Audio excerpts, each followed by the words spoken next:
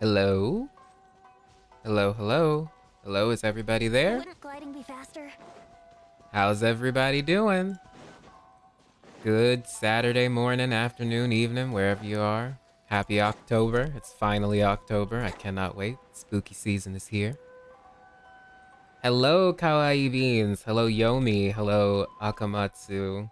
Hello, Bianca. Hello, Tuna. Hello, everybody. Hello, Luna. Hi, Kim. How you doing? How is everyone doing this morning? Praying that I get Cyno. Yes, I hope I get Cyno too. We're actually gonna pull in a second. I'm gonna let people get in here before we actually do. I'm gonna take this time to do some commissions and get that out of the way so I don't forget. Y'all, I forgot to spend my resin last night. Well, okay, so I did spend my resin, like I used up my condensed resin, but I forgot to make more. So I was sitting at full resin cap for like a long time until like 10 at night, which is unfortunate, which is why my resin is not full right now, which is unfortunate. But it is what it is. I've done that a few times before. How is everybody doing? I know, right? It's horrible. So annoying. Wait, where? Oh, here it is. But how is everybody enjoying the desert region? That's what I'm interested in hearing about. How is everyone enjoying the desert region? I think it's fun so far and actually freaking massive. Like really massive. Because there are a lot of underground areas and I have not, like, look at this map. Like, I haven't explored really anything. Like, I've so many waypoints to unlock. I haven't done any exploration. I just kind of did the Archon quest and then also the world quest. I can't remember what it's called, like Golden Dream or something. Oh, you haven't done it yet? Oh, Lux, you need to go to the desert. Go do the Archon quest. It's so fun. Zender Strawberry, how you doing? I'm very tempted to get Venti, but I want to save for Raiden. Venti is very good, and so is Raiden, so whichever one you want to get them, because they're amazing units. Hey, Monwi. I hope I pronounced that correctly. I don't know if I did, but a bit barren on the surface near the pyramid. Yeah, it's barren, but I mean, it's a desert, so it's, I forgive it. The ruins are pretty cool, though. Time for takeoff. Hello, Santos. How you doing? Yeah, I haven't had much time to explore it all. So there's probably a lot of lore that I haven't seen yet. But that's okay. I have done the important stuff, though, which is good. Yeah, the underground definitely makes up for it. You already beat everything, Santos. Wow. Brace yourselves. Damn, you quick. Think you can get away? Hello, Bat Person. My nitpick is that sand prints disappear too fast. Oh my gosh, that's very specific. I haven't noticed that, actually. I'll have to pay more attention. Also, how is the volume? Is my mic okay? And is the game volume okay? I'm assuming it is. Kim, you're doing the world quest and you didn't know there was another part that was time gated? Oh, there's another part that's time gated? Rick.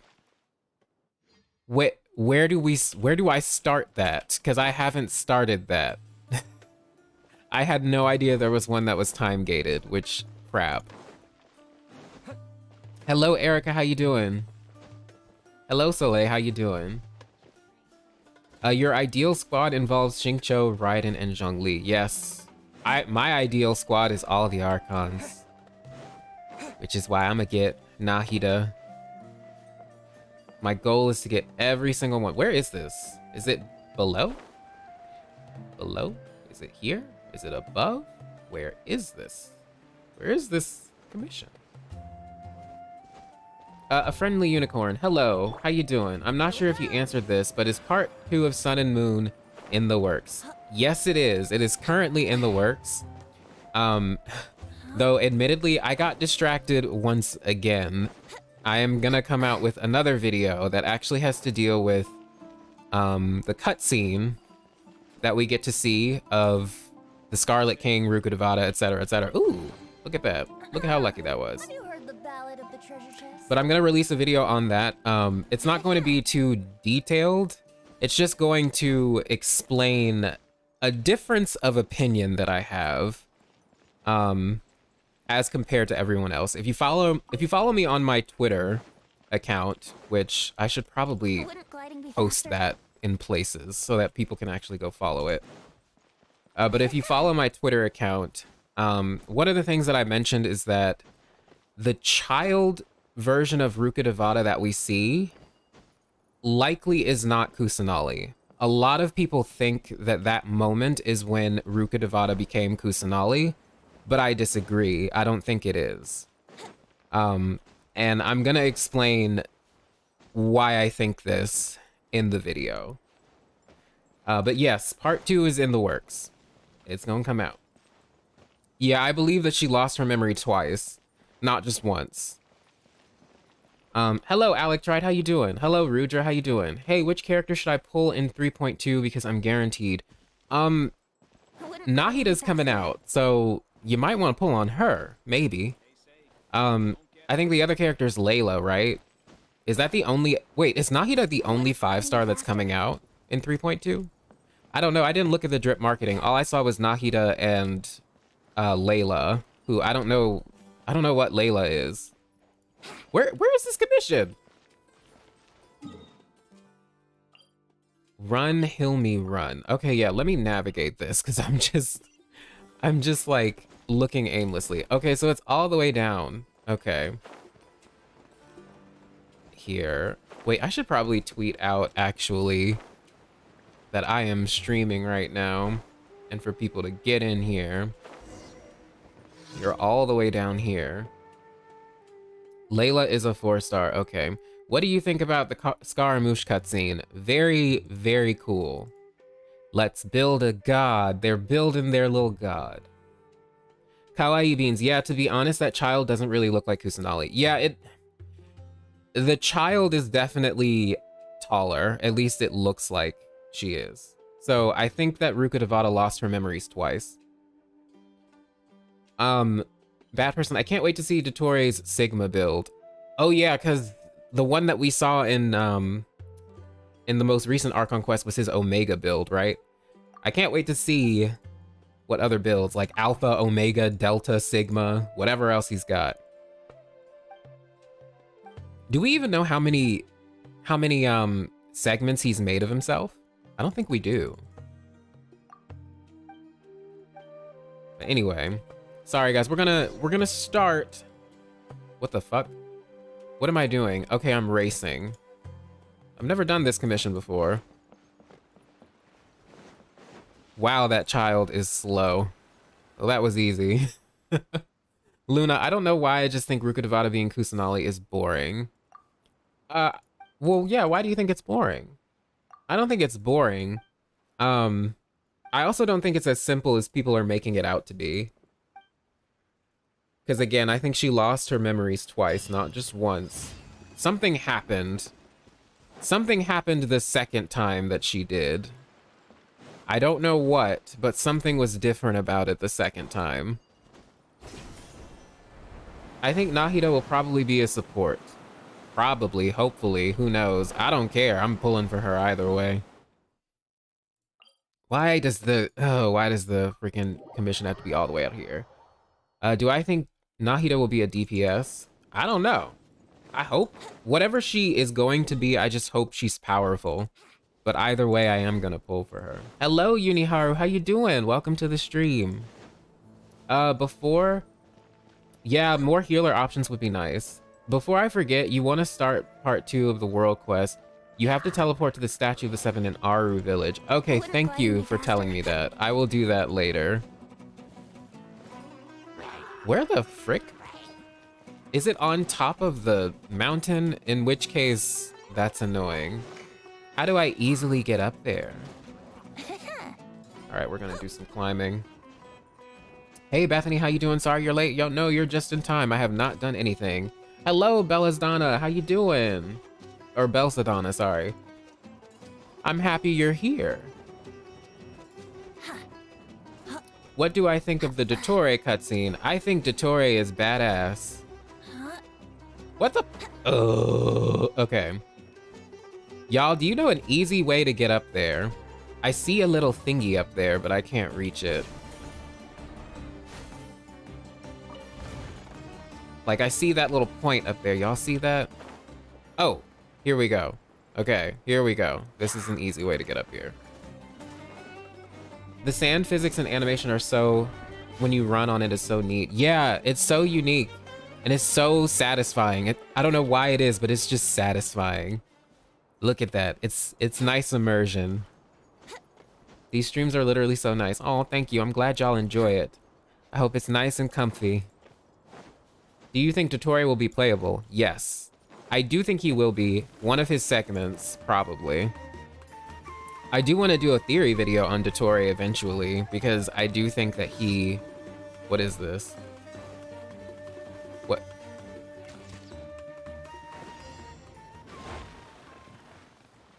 What am I supposed...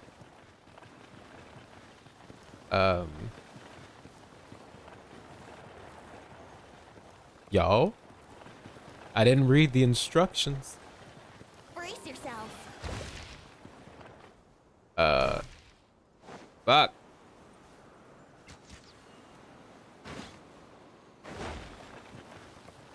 Okay. Ah, crud. Alright, I got it once. Alright. Find the right weasel, yeah. 1. Ruka saves the population with the sacrifice of King Deshret. Ruka comes, like in the video, shrinked. She regains power. Then 500 years ago, something happened. And then Ruka shrinks again to become Nahida. Yeah, that's basically... I was not even paying attention that time. Yeah, that's basically what my thought process is. But... Erica, I don't know if she actually regained her original form or power. Because... you have to take into account the statues of the Seven. Why are they of her as a child and not her adult form? It's almost as if they modeled the statue of the Seven after what she looked like following the Archon War, right? Because the statues of the Seven, at least so far, seem to have reflected the original Archons. So why choose to make it after Rukkhadevata's child form and not her original form? Why do y'all think that? I have a reasoning, but I'm not saying it right now. Gliding be faster. But it's basically... it has to do with the timeline itself and the timeline of events. I don't know if she ever reverted back to her original form, though, after she did, after she became a child, when she helped King Deshret. I don't think she ever reverted back. Who even built the statues of the Seven? That's a good question. Was it Celestia? Was it people? We have no idea. What if we get like 4 Dottore segments, 1 5-star and 3 4-star, and then it's just a Dottore bit? Oh my gosh, that would be ridiculous. Oh, that would be funny. Yeah, I think they changed based on the current Archon, since we can repair them with the power of the Oculus. I'm not sure if it changes based on the current Archon, though, because did Inazuma's change from Makoto to A? Or was it always just a representation of both, since Inazuma's people didn't even know there were 2 Archons, technically? I don't know if it changes based on who it is. Remember that Paimon had asked, when we first got to Sumeru, who does the statue look like, Rukkhadevata or Kusanali? And you were basically like, I don't know, it could look like both. I definitely think it's of Rukkhadevata, not Kusanali. Wouldn't gliding be faster? But if she never reverted back, then how come the sages didn't recognize her? Or maybe the sages know, but they lied. Okay, so that actually has to do with the concept of death and what death actually means in this game. So all I'm gonna say right now is, if you remember in part 1.5 of Sun and Moon, when I was talking about Phanes and Dainsleif and the Traveler from Afar and the First Seelie and all that, I brought up a quote from the Kitsune Saigu that basically says, losing one's memory is no different than losing one's life. It is like death amidst darkness eternal. Ponder over that. And I will elaborate on that more when I release the video that I'm coming out with. So yeah, I basically think that they viewed Rukkhadevata as dead because she is dead, technically. She is dead in a sense.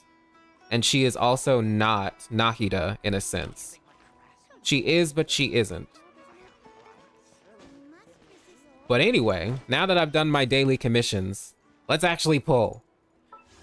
I feel like I'm going to regret this, but look at this. Look at how many freaking primos I have. I have 31,867. I should be safe for Nahida, right? I should totally be safe. The last 5-star we got was Kokomi, right here. Because I did that one on the fly pull that you guys had asked me to do, and I actually got Kokomi. So this pull's not going to be guaranteed, because the Kokomi pull was the guaranteed pull. So I don't know how this is going to go. I have no idea how this is going to go. But here we go. Please do your beginners at some point. No, because there's no point of doing this anymore, right? Because I already have a C6 Noel. There's literally no point in doing this wish. So like, I've left it alone. Oh no, praying. Yes, pray for me, please. Joshua, I wonder if Fontaine's Archons are widely different in appearance like that. Would be a cool change. I am interested in Fontaine's Archons as well, because the Hydro Archon, you know, the Oceanids, basically they were spies for the original Hydro Archon, but they don't recognize the current Hydro Archon as their Archon. And I'm wondering what the hell is going on with that. It's very suspicious. But anyway, here we go. I'm gonna get rid of these single wishes first. Let's do that. So let's get rid of these single wishes first. Oh, we got a 4-star. And it's the frickin' Favonius Codex. I don't fucking want that. All right, what's next? Yeah, the Hydro Archon is suspicious as fuck.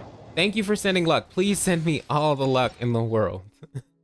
All right. So that was a bust. Wait, it's October 1st, which means we can get more fates. Okay. So we're gonna get these. Nope, nope, not that. Nope, need one more. Okay. We're gonna spend these 5. Nope, nothing.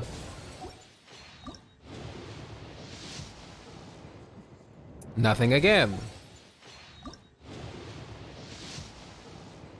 And nothing again. Also, the previous Hydro Archon's goal was to find a way to peacefully unite nations through water or something, and that's why she had spies. Yeah, she wanted to unite the world, whatever that means. And I'm suspicious of that. Just a little bit.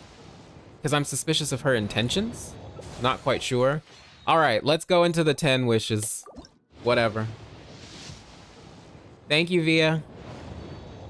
Who are you saving Primos for? I am saving for Nahida. I want Nahida really bad. Oh, we got Candace. That's good. I actually did want her. I don't know if I'm gonna use her. I just kind of wanted her as a character. Is she even good? Can, like, people tell me? Oh, I also got Yanfei. Look at that. This was a nice little pull. That wasn't that bad.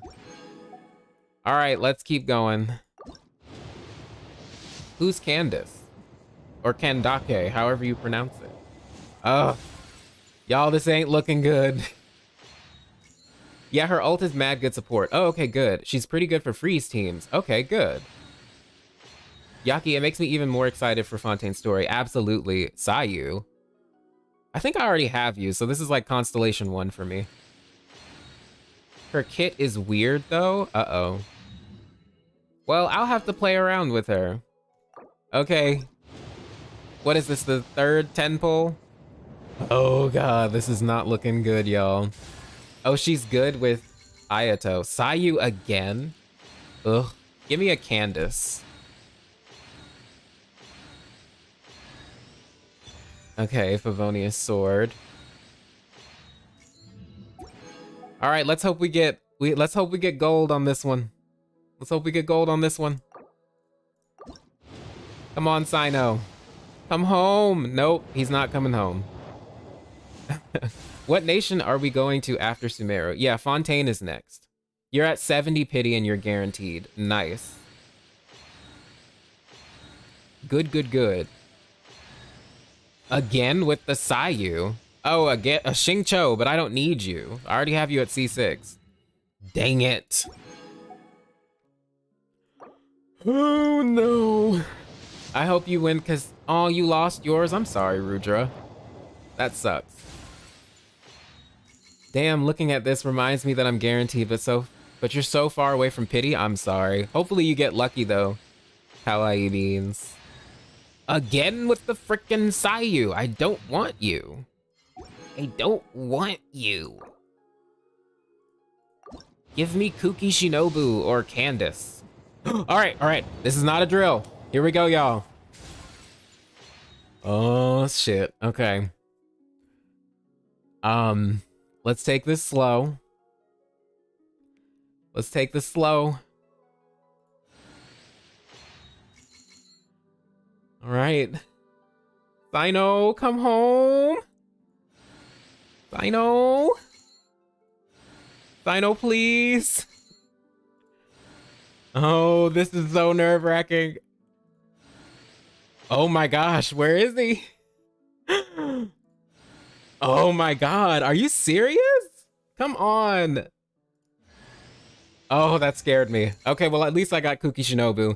That means this one has to be the 5-star, this next one.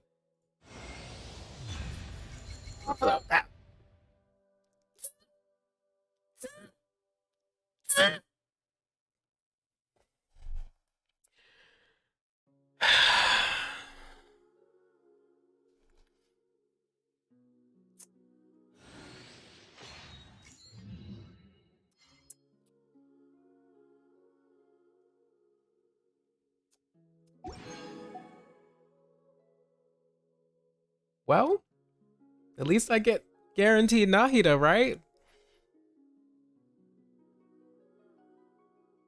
At least I get guaranteed Nahida.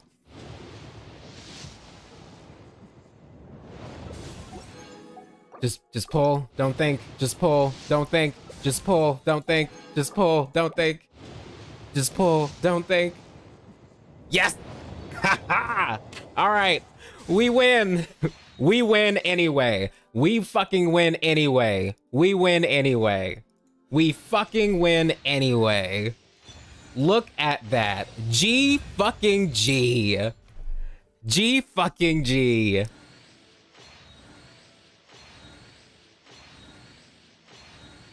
And that's how you do it, people.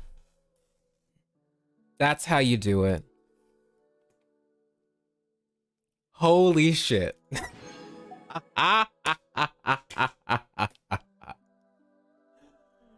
G fucking G, people. Well, that was fun. At least I have enough. Yeah, I have enough to get Nahida now. Or at least a 5-star, because it's not guaranteed anymore, but we're gonna pray. We are gonna pray real hard. But we fucking did it, y'all. Look at God. You see what happens when you pray hard enough, when you're reckless, when you do dumb shit like that, you end up Ready to do my utmost. getting lucky. I sound evil? Ah, yes, that was my evil laugh. Mwahaha. I recovered quick, right. Oh shit, I forgot about Scaramouche. Well, we're gonna hope and pray that I get him too, but he should be a few patches away, right? Or at least a couple. It'll be fine. It'll be fine. I really like playing as Cyno, because I played as him in the oh, did not even notice this was here. I like playing as Cyno, because I played as him in the trial version. I like his attacks. They're really smooth and fast. Now, there is a problem, though. I have not done any farming for him, so it's gonna take me a long time for him to be useful. So there is that. But at least I got him. Now I get to dig for scarabs. I heard they were annoying to find.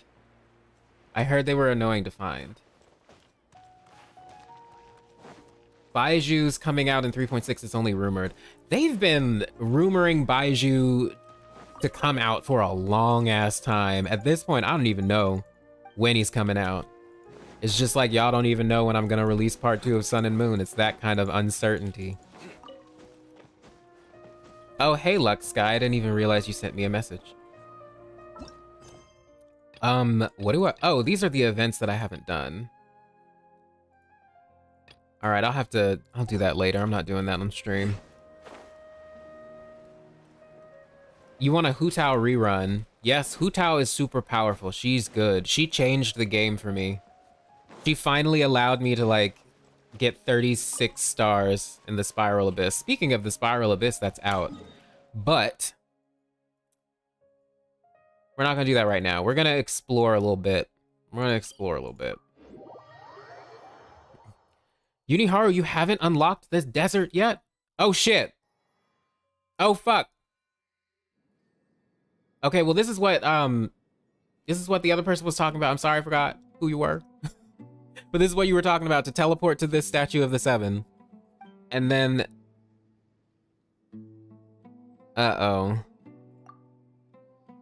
This is spoilers for anyone who hasn't done the world quest. So just ignore the text on screen.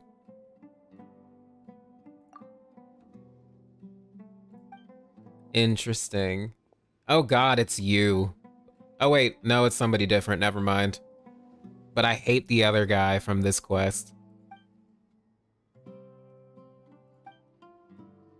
Oh no.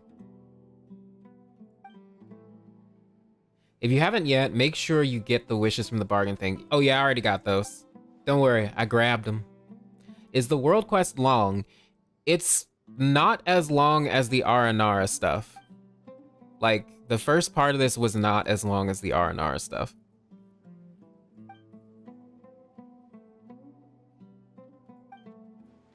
Okay, yeah, I'm gonna have to go through this later.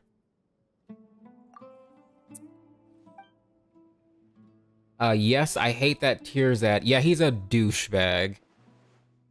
He is an absolute douche. I've started the quest, but I'm not very far in. Jet and Benvin, my beloveds. Then ignore every bit of this. Please close your innocent eyes. How do you trigger this quest? You trigger the first part of this quest by talking to an NPC in Aru Village. It's like one of the quests that you can see on your map. And then once you go through the entire quest, you have to go to the Statue of the 7 in Aru Village, and that's what will trigger this little cutscene.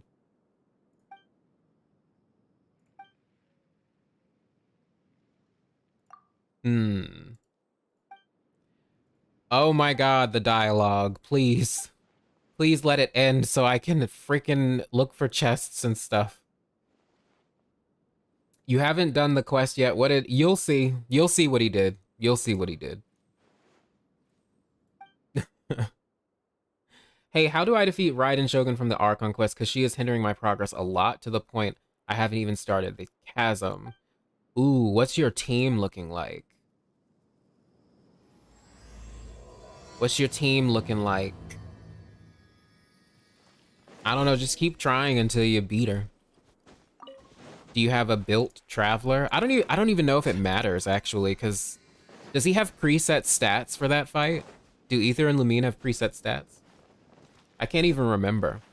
My main is Yae. Oh, but she got a vision, so you can't use her vision, right? Cheryl, it's been so long since I've done that fight. I'm so sorry. Oh, does mobile not let you at people? Oh, I have no idea. It's the Golden Slumber quest first. After finish all of it. Yeah. So finish the Golden Slumber quest first, and then you can go to this Statue of the Seven. Okay, let me actually switch from Cyno because he is level 1 and he will die. Let's go back to Husbando Ayato. Let me collect these fruits. Use food for Raiden. Oh, yes. Good point. And build out your traveler, yes. Both of those things. That fight wasn't really too bad for me because I have my traveler built. So I just physical damaged her until she died. Well, not died, but until I got her down enough. I remember I used Yanfei and do normal and charged attacks. Yeah. Whatever you gotta do, use all the food. I am going to drown. Use all the food that you can. Which Raiden fight? I'm assuming he's talking about the initial one, like the first one, where you have to fight her and she enforces the Vision Hunt decree and you can't use visions. Can't use any elemental skills, basically. That's what I'm assuming he means. Imagine drowning in the desert, right? Why grind for artifacts when you can just eat that one god pot and get 30k damage bursts, am I right? Exactly. All you need is food. You don't need artifacts. That's a lie. Please don't believe that. Did I win the 50-50 on Cyno? No, but I did 30 more wishes after that. Oh, and I drowned. And I got Cyno, so it's all good. I did not win that 50-50, but we got Cyno anyway. And we saved some primos in the process. I am ready for Nahida. What? No! No! Fuck! Fuck! Okay. I am just gonna power read through this. I'm speeding through all these cutscenes. I'm sorry, I'm spoiling all of you for those of you who have not done this. Jesus, 46 applications. Okay.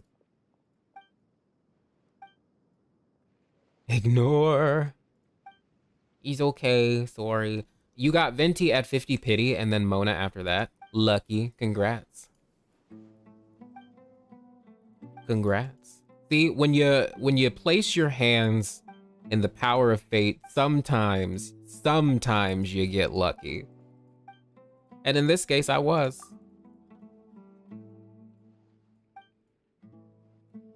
Oh, you just got Venti? Congrats, Luna.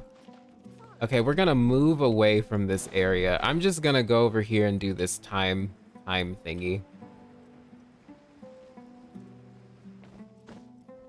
Oh no, I forgot to tell you that the quest is automatically triggered as you walk around the area. Yep, but that's okay, we dealt with it. It's over now. Where are the rest of them? You just got a C2 Mona. Is Mona good, by the way? I don't have her, but she's pretty. And her skills and animation look gorgeous. Oh. I heard So she's good at applying hydro. collect these. So maybe eventually I'll want to get her, but I don't know. You want to pull for Venti, but Dia eventually and Nahida. I know.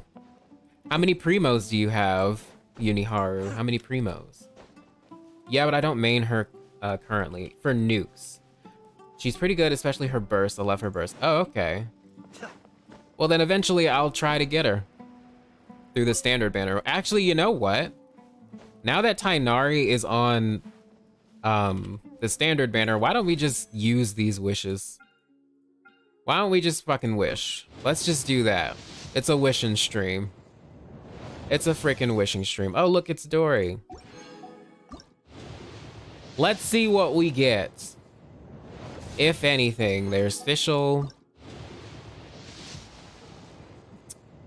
Nope, nothing.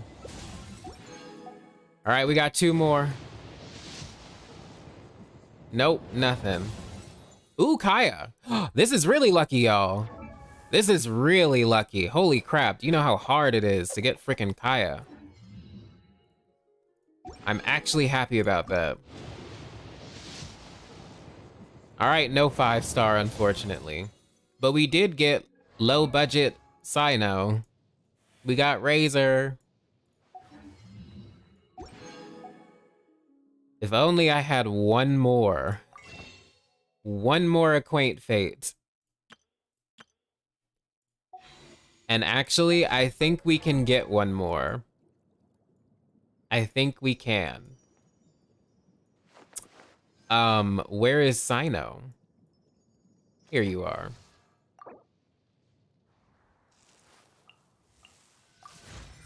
We're gonna get one more fate. You have a C3 Amber? That's super lucky. Yeah, defaulters are even better than 5 stars. It's great. I can feel new power surging within. It's better than a 5-star pull, yeah. So I should honestly be happy with that and stop pulling, but we're not gonna stop. We're gonna do one more 10 pull and see what we get.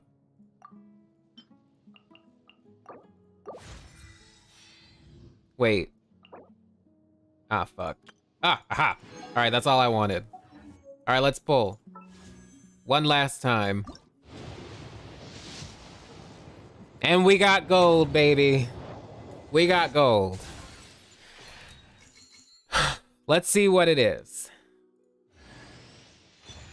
Rust. I envy the amount of books that I have. I've just been farming them endlessly without spending them, so over time I've gotten like a whole bunch. Whoa, it's actually a weapon. Is this a good weapon? Hello, anti-socially socializing. How you doing? You missed the Cyno pulls. But I did get him eventually. No, it's not good. It's good for Sayu. For Noelle, I guess. I think Lisa's the only one that's kind of meh, which kind of sucks because I love her design and her as a character, but not her for combat. Yeah. But I think Lisa has like some of the weird, like the best stats in the game. I thought I had heard that, maybe not. But I don't use her. I don't like using her because her elemental skill is kind of awkward to use. It's good for Chongyun. No, it's not good at all. Crap. Well, at least those were just freaking standard banner wishes. Who cares? All right, we got BP level 8. Does that mean we get more? No, no. I was about to say, do we get another Acquaint Fate? Have I seen the Eremites' new animations? They are sick. They are absolutely flawless. The new Eremite enemies in general are great. They are gorgeous. Lisa's skill takes so long. It does. It really does. I do not like using her.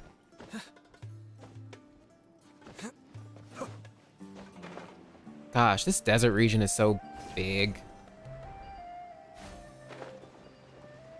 Okay, is there anything over here? I do not think there is.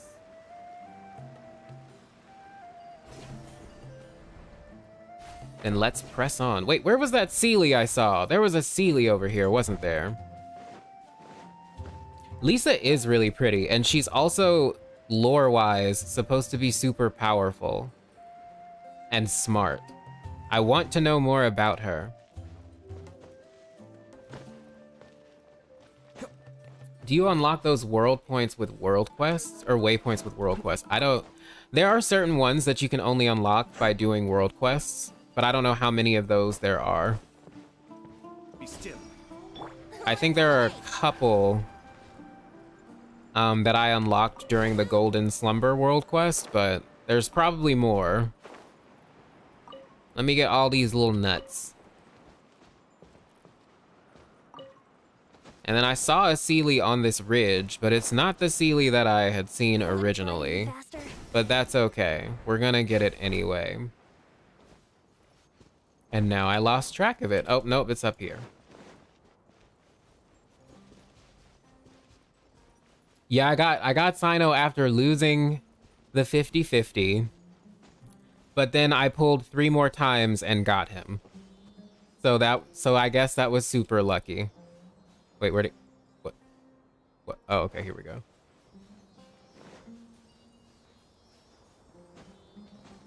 Sorry you missed him, Manny. Whoa, what is this? I hate little walking invisible platforms like that. I get so scared. Did I get his weapon? Oh, that's a good idea. You know what? Why don't we do that? You know what? We're just saying fuck it today. I'm just saying fuck it all today. Let's see. Why don't I get his weapon? Ooh, I could always use more Hazo. Freaking Hazo constellations.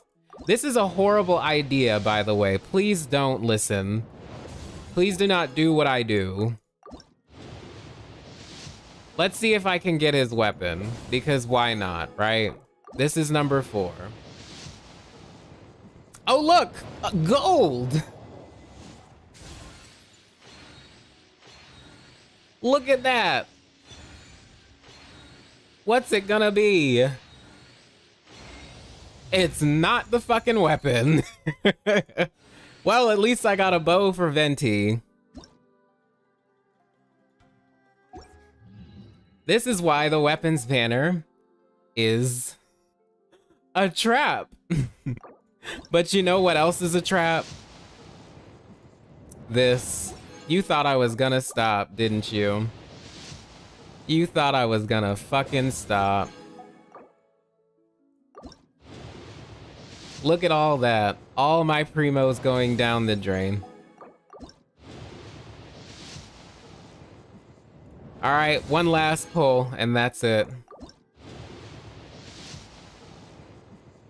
Well, look at that, gold. What's it gonna be this time? And it's another one of these fucking bows.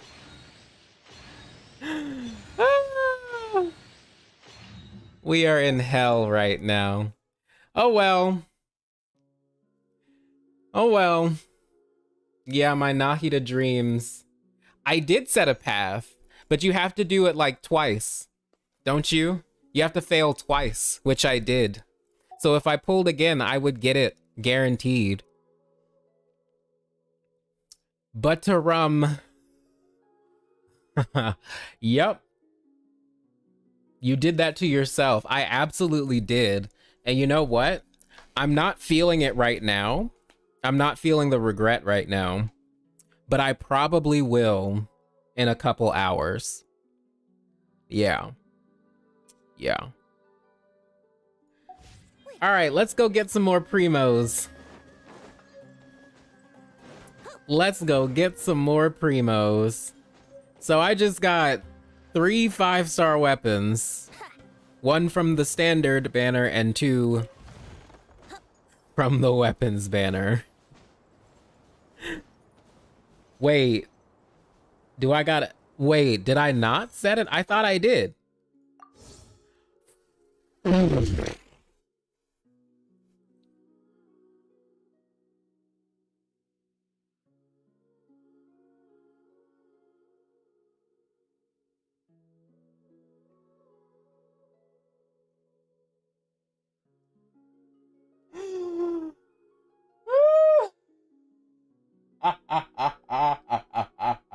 You know what? You know fucking what? Fuck it all. Just fuck it all. Fuck it all. Fuck it all.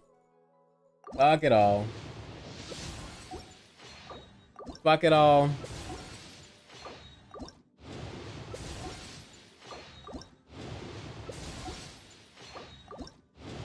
Fuck it all.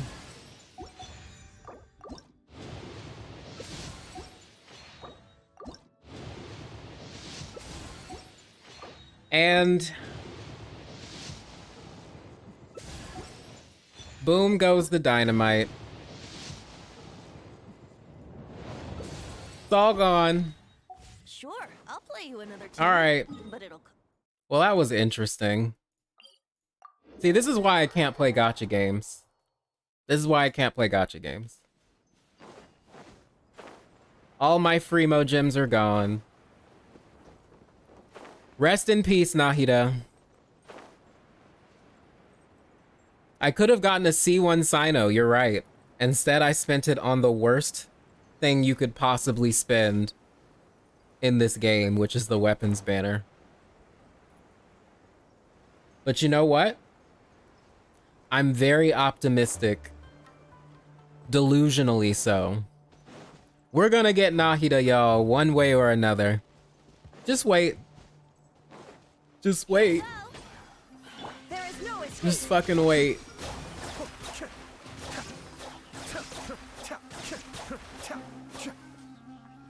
Yep. It's all good. Shine down. I got C0 Razor 2.0. Yes, I did. I got him. I lost the 50-50, but then decided to pull 3 more times and then got him. There is no escape. Who knows how long that'll take? Remember how long Venti's rerun took? That's true. So I might not be getting her this round. We'll see though, y'all. I've still got a lot of exploration to do, which means a lot of primos to get. And also, I haven't done any of the event stuff really. So there's that. Don't you worry, we're gonna scrounge up some primos. We are gonna scrounge up some primos. Also, don't we get 400? Oh yeah, we do. Well, look at God.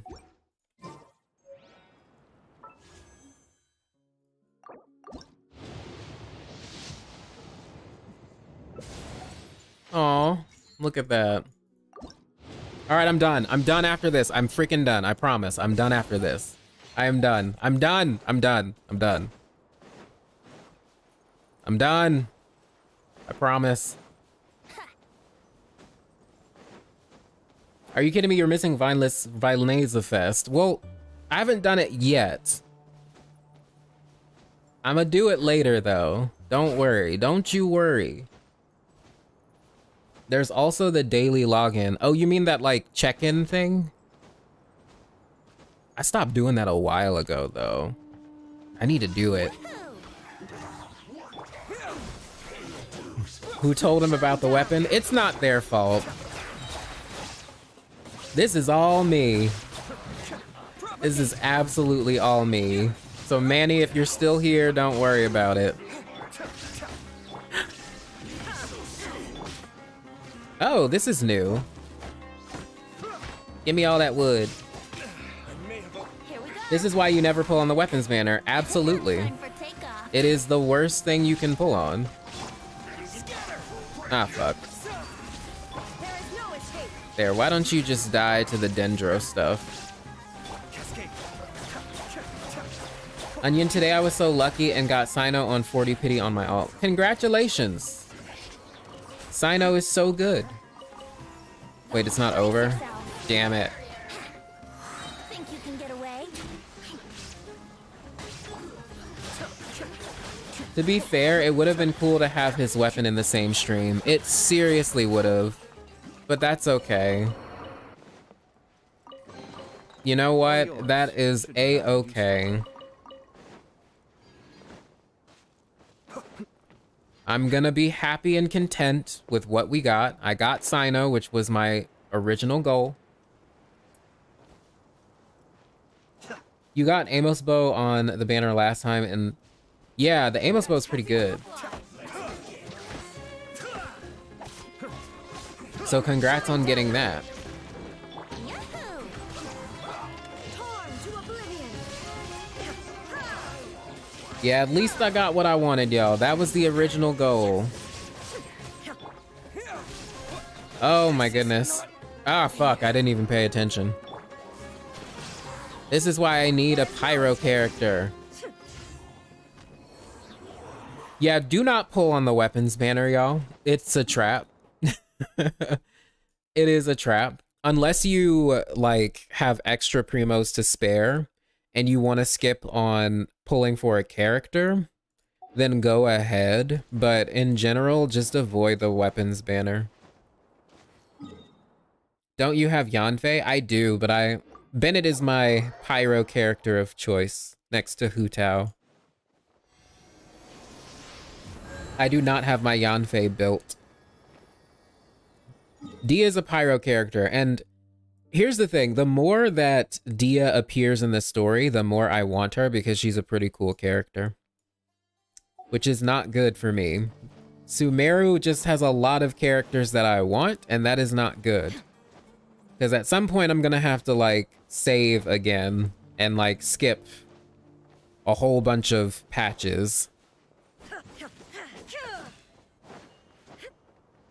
So I can rack up some primos again. Yeah, I built up Yanfei to use more in Sumeru. But because you don't have any Pyro 5 stars. Yeah, Yanfei's pretty good. You have no 5-star polearm weapon in your inventory, but also you want Nahida. So I'm holding on to the temptation. Yes, hold out for Nahida. She's gonna be... She's an Archon, so I hope she's really good. Okay, where do I want to go? There's just so much. This place is so big. Oh, let's kill this guy. Just because he's in the way. Propagate. That's close enough. Time for takeoff. I hope she's a catalyst. I feel like she will be. Because she's all small and I don't really see her being the god of wisdom being like a sword user or anything. She's probably like magic based. Illusion shattered. The people do dirty. They do people dirty by releasing Nahida after Nilu's banner. Yeah. Shine down. Yeah. It ain't fair. There's too many characters. Too many good characters. There is no donation in YouTube. What the fuck? What do you mean? Wait, there's leaks. Oh, no, blah, blah, blah, blah. No leaks. No leaks. No leaks. Do not talk about leaks. I do not want to hear about leaks. I do not want to see leaks. Do not even breathe leaks.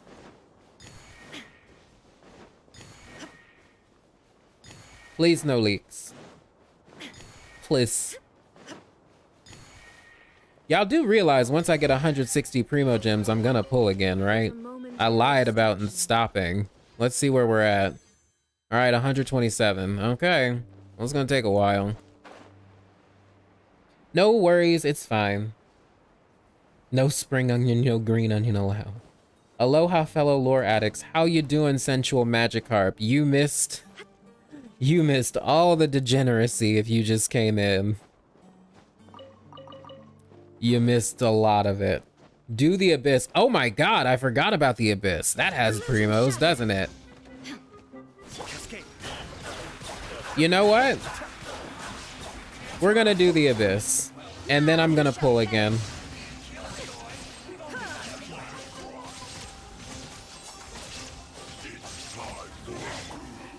Alright, you're dead, Jesus. Yeah, you missed the mental break. How you doing, Nick? Welcome to the stream. Onion, please, how about we do lore now? Sure, what do you want to talk about? What kind of lore do you want to talk about? We can do lore. Do y'all have questions? Do y'all want me to talk about a specific topic? Because there's a lot of lore to go around. Sorry you gotta go. All right, Lux Sky, thank you for joining. See you later. Have a good day, night, afternoon, wherever you are. Wait a minute. I know what you guys are doing. You're trying to distract me from my gambling addiction. That is not going to work. You almost had me. You almost had me. Y'all think you're slick. The Elazar Hospital. Ah, yes, the Elazar Hospital. Which did end up actually being in this little area here, which was nice. Lots of Dottore lore. This dude is really... Dottore is really fucked up. But he's also really, really like Auto Apocalypse. He's such an Auto Apocalypse, counterpart. All the experimentation that he did you guys read the notes? Absolutely screwed up what he was doing.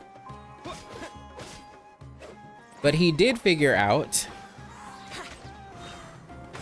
He did end up figuring out how to temporarily stop, at least,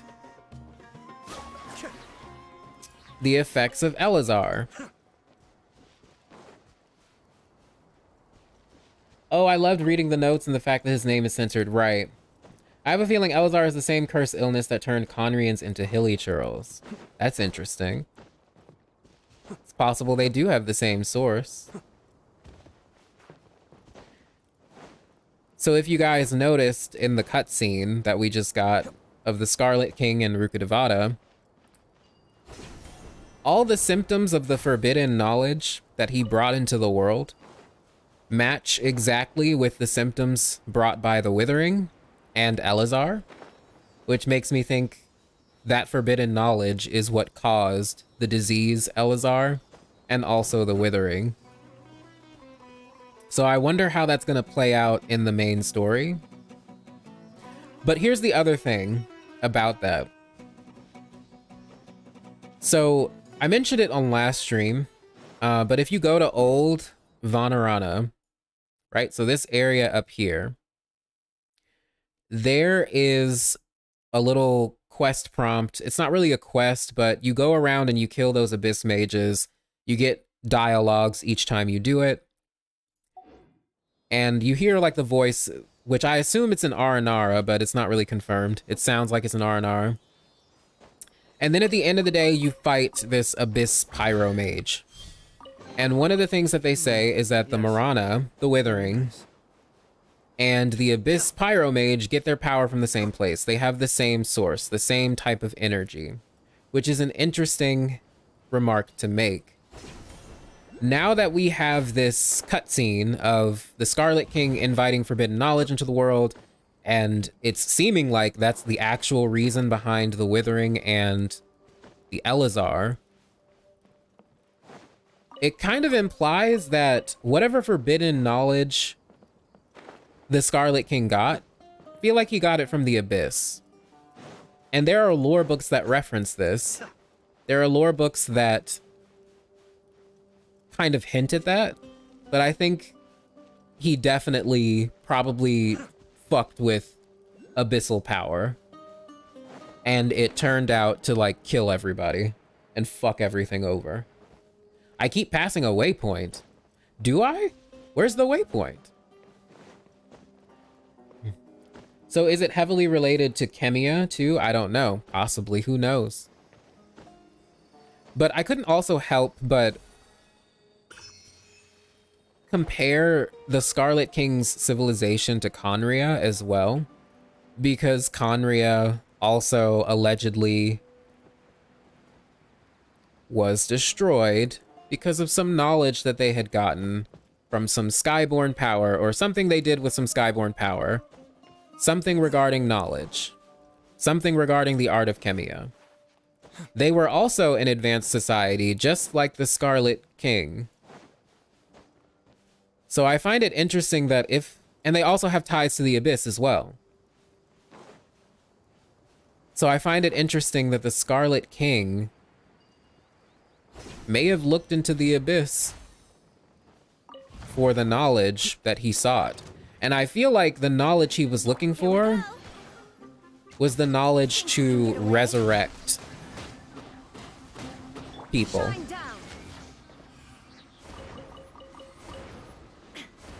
Because if you remember, he's all sad about the goddess of flowers' death. Shit. I really do need a pyro character. And it makes me wonder if he tried to revive the goddess of flowers. That's what his intention was. But everything went wrong. You want me on your team? Onion, please stop swearing. Okay, fine. No swearing. I guess Celestia don't like advanced places, so Fontaine gotta go too. I don't think Celestia has anything against... Better than I imagined. It's my lucky day. I don't think Celestia has anything against advanced civilizations. I know that's like a theory that a lot of people have had thus far. And originally I thought that too, but now that we are in this stage of the game, I think it's way more than just they knew things. I think the forbidden knowledge, whatever forbidden knowledge these people are getting specifically, is tied to the Abyss. And that's where the problem comes in, because the Abyss is a very corrosive power. It's no bueno.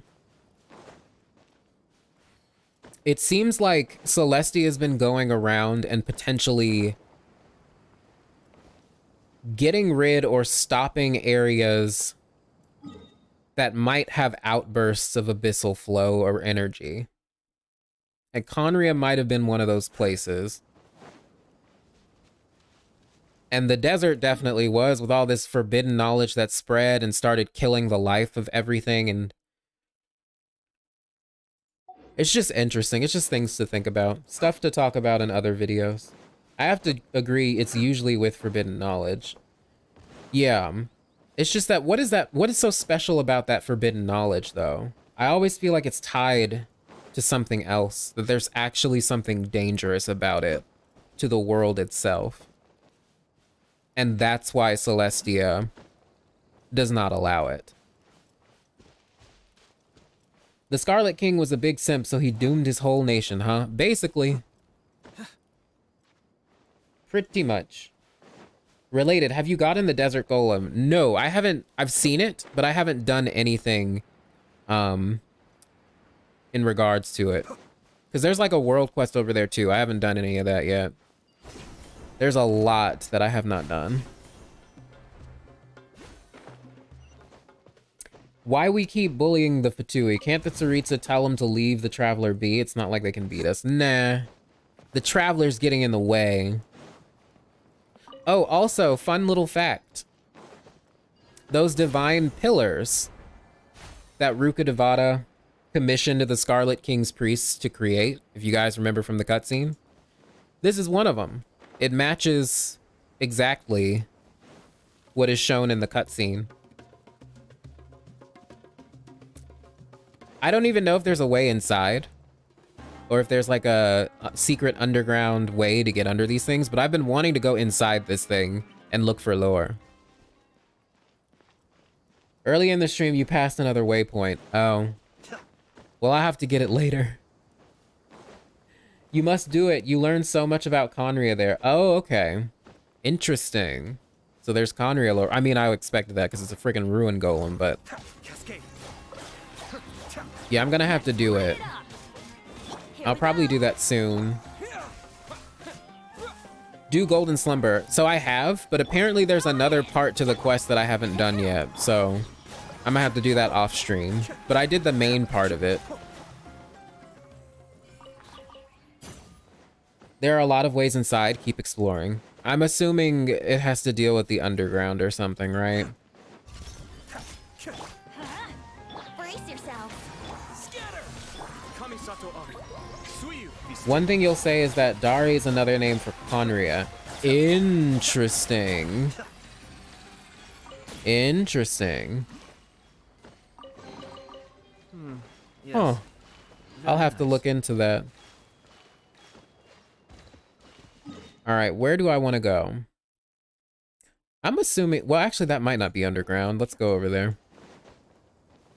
Hi, the day of my funeral. How you doing?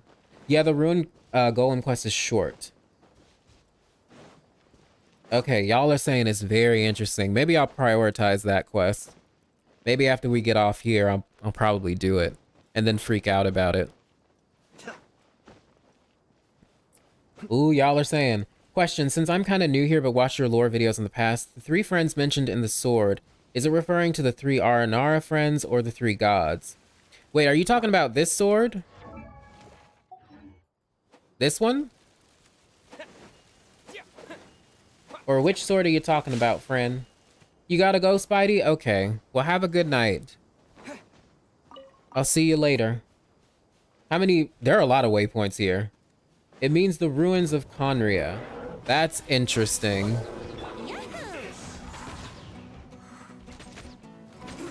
All right, give me a second, Sandman. Let me kill these people and then we'll look at the sword. And I'll tell you, because I don't remember what the sword specifically says. Time for takeoff.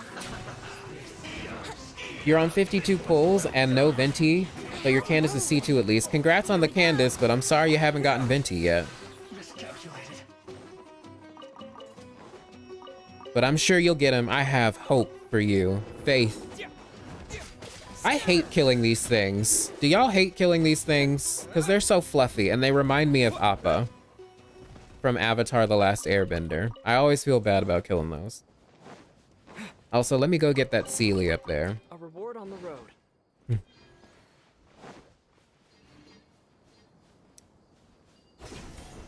But let me get this real quick and then we'll look at the sword. But I'm very interested in that Conria lore now that you guys mention it. You've left alone so many chests so far because of them. Yeah, I have a lot of exploration to do. Have I climbed the pyramid? That thing? Like, climbed it? Is there like a chest up there or something? Because no, I have not. Is there an achievement? Vega, you hate killing animals in general? Yeah, I don't like killing the kitties. I don't like killing the birdies. Is this? It's not my favorite. Okay, let's look at this thing. Am I able to look at the lore here? Through here? Probably not. All right. From this world? Am I able to look at the lore through here? Yes. Okay. So let me read through this really quick. There were once 3 friends. They were as good a group, but one of the friends returned to the earth, while the remaining 2 went their separate ways. One was determined to create a kingdom on earth and cause all the... Yeah, this is definitely the Scarlet King, Rukkhadevata, and the Goddess of Flowers. So the one that, quote-unquote, returned to the earth is likely the Goddess of Flowers. The 2 that went their separate ways are Rukkhadevata and the Scarlet King. Because the Scarlet King wanted to create, like, a paradise on earth. But that didn't happen. Instead, he, like, fucked everything over.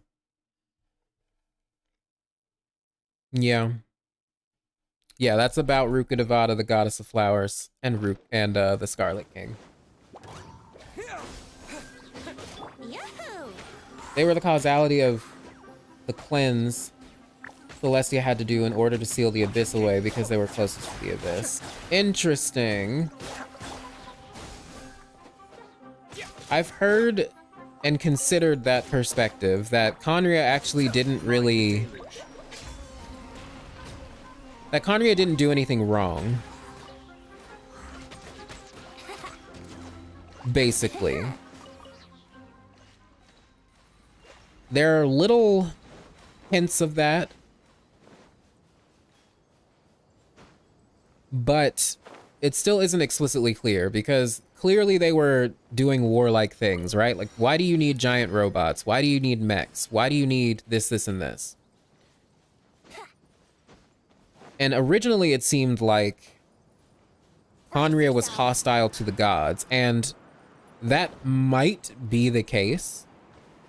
There's still a possibility that maybe they just didn't like the gods, maybe they were gearing up for war, or their real enemy was the Abyss. But even then, I don't know. I'm gonna have to, like, gather my thoughts on that one. I'm gonna play that quest, see how much it changes my opinion, if it does at all. Conria was affected by the withering nationwide. Will? Oof. Okay. Think you can get away? This is making me think. This is making me really want to play that side quest. Everybody stand back.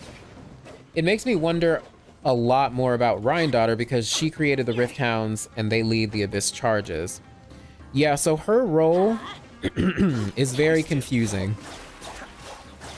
Her role in the Cataclysm and what actually happened is really odd. Yes. Very nice. Because while she created the Rift Hounds and everything like that, did she cause them to be corrupted is the question. They went to Enka for the book, though.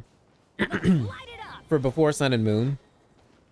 Because they were looking for proof that the gods aren't from Teyvat, basically, right? You need to find the hidden notes to piece the clues or go to the wiki and read them from there. Will do. Will do. Ashikai posted a video about it like an hour ago. Oh, interesting. Maybe I'll check it out. But I'll wait on it, because I do want to play the quest myself. I don't know if she even talks about the quest, though. About the desert ruin golem. She did, but it's 3.0 based. Oh, okay, so she doesn't talk about anything in the desert. Okay. Well, then maybe I'll check it out. It's a miracle. You and Ashikai are such inspirations. Oh, thank you. Yeah, Ashikai's great, though. Very concise. Very convincing. Where is this? Is this underground? This Dendroculus? It's probably underground. Oh, you're working on your first lore video. Cool. Let me know when you finish, and I'll give it a watch. There was a waypoint near, but where? I got the waypoint. There's a waypoint over there, but I want to explore this area first.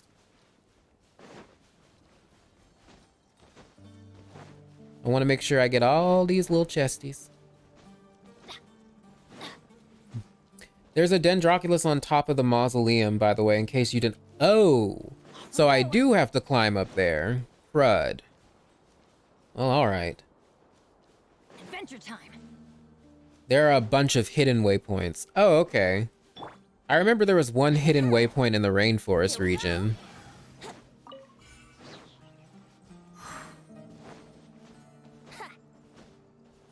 So how many hidden waypoints are in the desert? Good lord. Let's play. All right, let me kill this thing for its materials.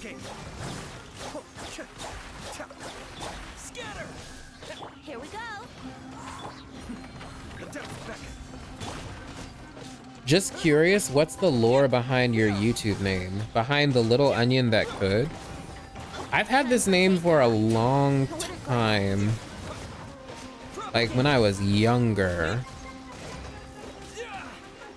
It's based on this picture, like the picture of my YouTube on my YouTube channel. I saw it and I was like, oh, that's cute.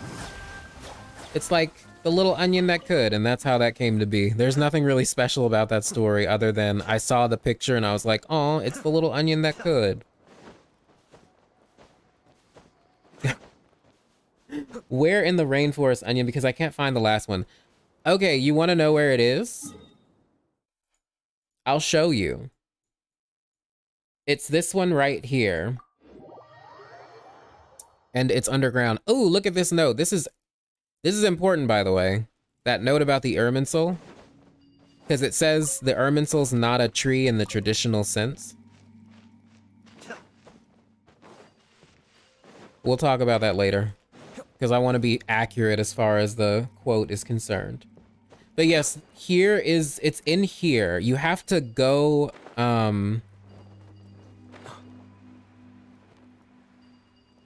you have to go to this area. If you look in Akamatsu. And I believe this is under like a waterfall kind of area. Here, let's see if we can access it from here. Yeah, I think it's under that rock that I'm facing right now. You can get to it through there. It reminds me more of the imaginary tree too. Yeah. Yeah. Yeah, the Irminsul is basically like the life. Ooh, look, a chest that I did not get. We're gonna go get that. It's basically the heart of the world, the mind of the world. Keeps a record of all the memories. And y'all know how I feel about the Irminsul, that it's tied to the Moon Sisters. And that Istaroth probably is the tree right now. Speaking of that, after part 2 comes out, my next project will be on Ruka Devata. Off we go. We're gonna talk about how she parallels with Istaroth. Because I believe that she does. I need an Electro character for this. So is Tevat the name of the world or the continent then? So that's the confusing part. Stay close and you will live. They say Tevat is a continent, but they also call it the world. Personally, I think Tevat is just a piece of a larger world. But we'll just have to wait 5+ years from now until we actually learn the truth about Tevat. Fuck. How did I miss that? Well, whatever. Yeah, I don't trust the translation in this game. It's meant to be confusing so that they can, you know, lead us down false paths and all that other crap. And get us guessing and wondering. How did I miss that? I lean towards Tevat as a continent, and we don't know the name of the world. Yeah, that's my opinion. I believe that Tevat is just a part of a larger planet. Adventure time. Illusion shattered. Because where did the primordial one actually come from? Where'd he come from? Where did he come from? How did he get here? Why did he come here? Who are the 7 sovereigns? It's a miracle. Who were the dragons of the 7 sovereigns, whatever they're called? Off we go. Who were the people Adventure time. or the nations that the 7 sovereigns ruled over? Who was living there? Who were they terrorizing? These are all questions that before Sun and Moon made me ask. Let's light it up. If it's a planet, will it be a Pangea, an archipelago? I have no idea. I don't know if it will be. Like, I don't know if it'll be like one big supercontinent. It could be. Torn to oblivion. But there's also like little things in the game to suggest that Tevat is actually underground somewhere. It's very confusing. And then if you add in Honkai Impact and the Elysian Realm, because y'all, the Elysian Realm is really supposed to freaking mirror or parallel well with Tevat. So if you're interested, you can go look up the Elysian Realm stuff from Honkai Impact. But the Elysian Realm was also underground. And it makes me wonder how any of this works. Like, is this world, like, stuck somewhere underground? Is this world even real? I've talked about how Tevat is like one big gigantic domain of consciousness, at least partially. That's how memories and dreams and shit can become real. So how does this work? Why does this work?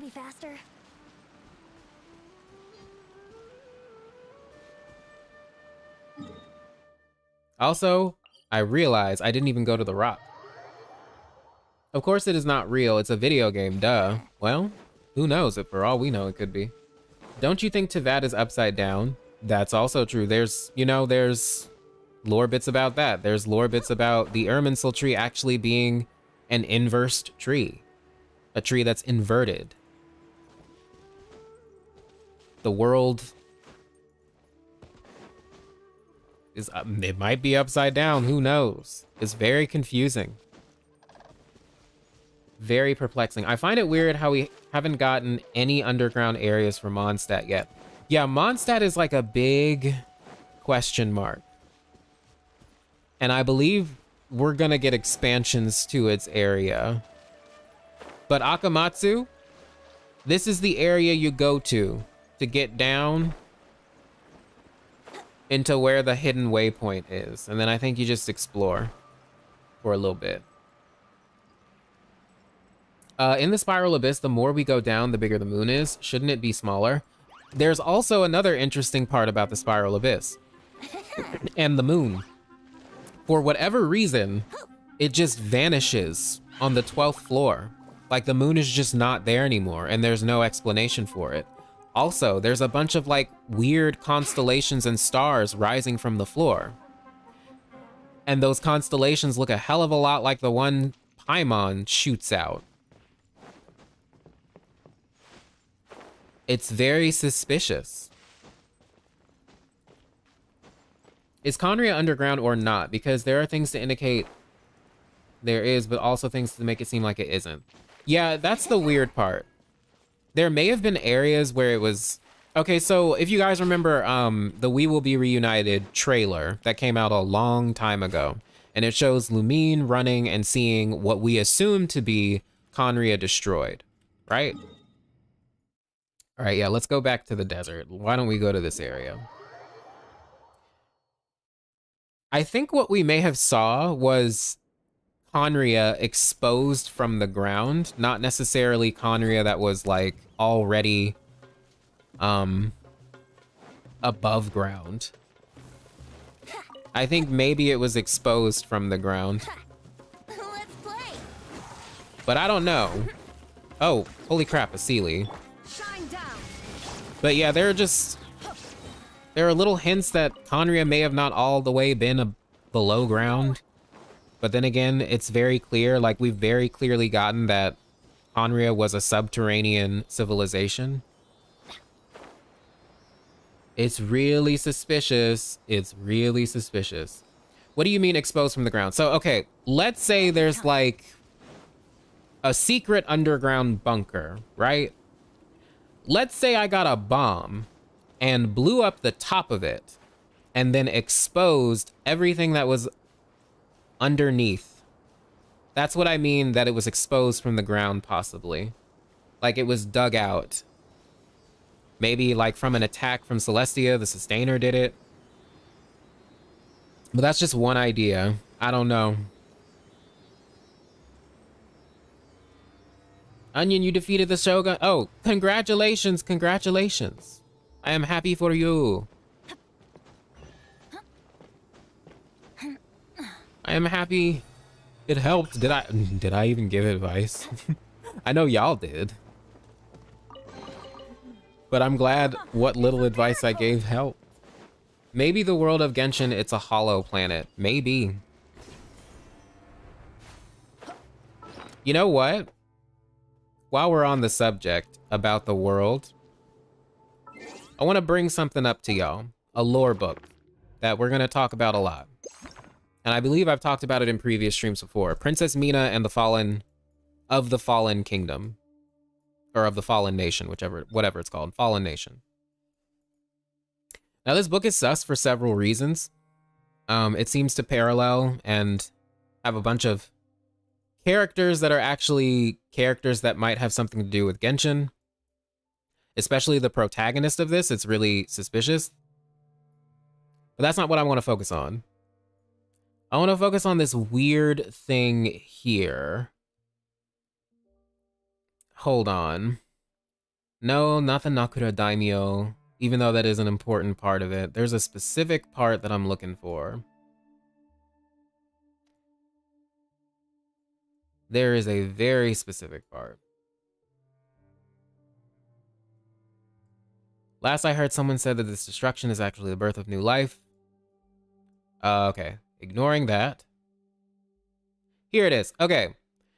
So the princess and the protagonist, who is called the Green Samurai, by the way, Green Samurai, and also at the beginning of this, they mention that he is basically androgynous because he's wearing women's clothes that can fit two different individuals, by the way, Venti, or even, it reminds me of Dainsleif, specifically not Dainsleif, but Auto Apocalypse. If you've read the Honkai Impact manga, there's actually a moment where Otto cross-dresses and he's wearing a green dress, and him and Colin are breaking into this little mansion thing, I believe, to steal some gold that really belonged to the people, but they were just stealing it back. But just wanted to point that out. It's very, very sus, very suspicious. Also, the Green Samurai also encounters someone called the Pale Samurai. And if you guys remember, I've said that usually pale, white, silver, those are colors that are usually used in the game to reference the moon. So it's very suspicious. Also, the whole 13 samurai banding together to defeat the Nakura Daimyo, that reflects and parallels well with the Elysian realm, with the 13 flame chasers, because the 13 flame chasers were fighting against the final Herrscher, the 14th Herrscher, the Herrscher of the end, and they did this on the moon. So it's really suspicious. There's some really suspicious things in this book. But anyway, what I wanted to point out was, as you all know, Nakura's Hex was originally created to preserve the vitality of a world that was slowly declining. What's interesting about this is that when we talk about Teyvat being like a realm of consciousness, or how did Teyvat come to be? Where did the primordial one come from? What if there was a world that existed before Teyvat, and that world was dying? What if those people who lived on that world figured out a way to recreate life, essentially? As this says, to preserve the vitality of a world that was slowly declining. But what if the way that they preserved the vitality of that world is they got a memory of everything that ever existed, and then they created a new world with those memories, and maybe even had the humans move there, etc., etc. Anyway, that is the beginning and the very rough makings of a larger theory that we will talk about later. Probably doesn't make any sense right now, but don't worry about it. We haven't confirmed which KK is the Traveler's intro, but it has to be Kevin, I feel. Yeah, that's what people think, right? It has to be him, right? But I don't know. There's like no mention. There's no mention of KK into that yet. The only I think the only mention we got was in like the Traveler's descriptions, where he's talking about the Travelers being inheritors of the world or something like that. Very suspicious. But Hex refers to curses usually. Yes, it does. But remember, this is saying the original purpose of Nakura's Hex was to preserve, not destroy.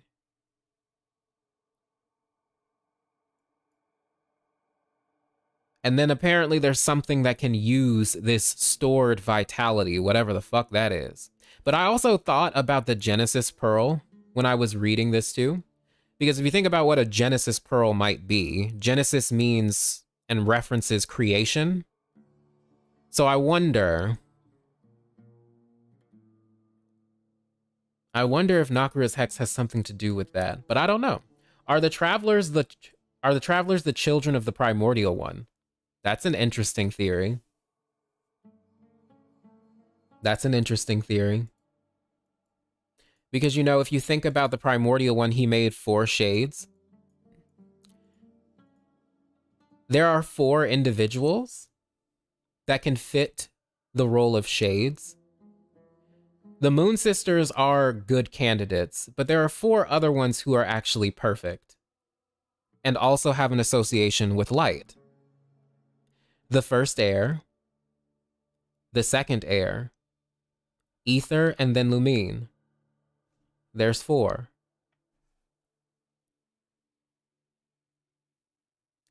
But that's a whole other video too, because then I would have to explain how I think the airs are actually not, like, the first and second air definitely aren't the travelers.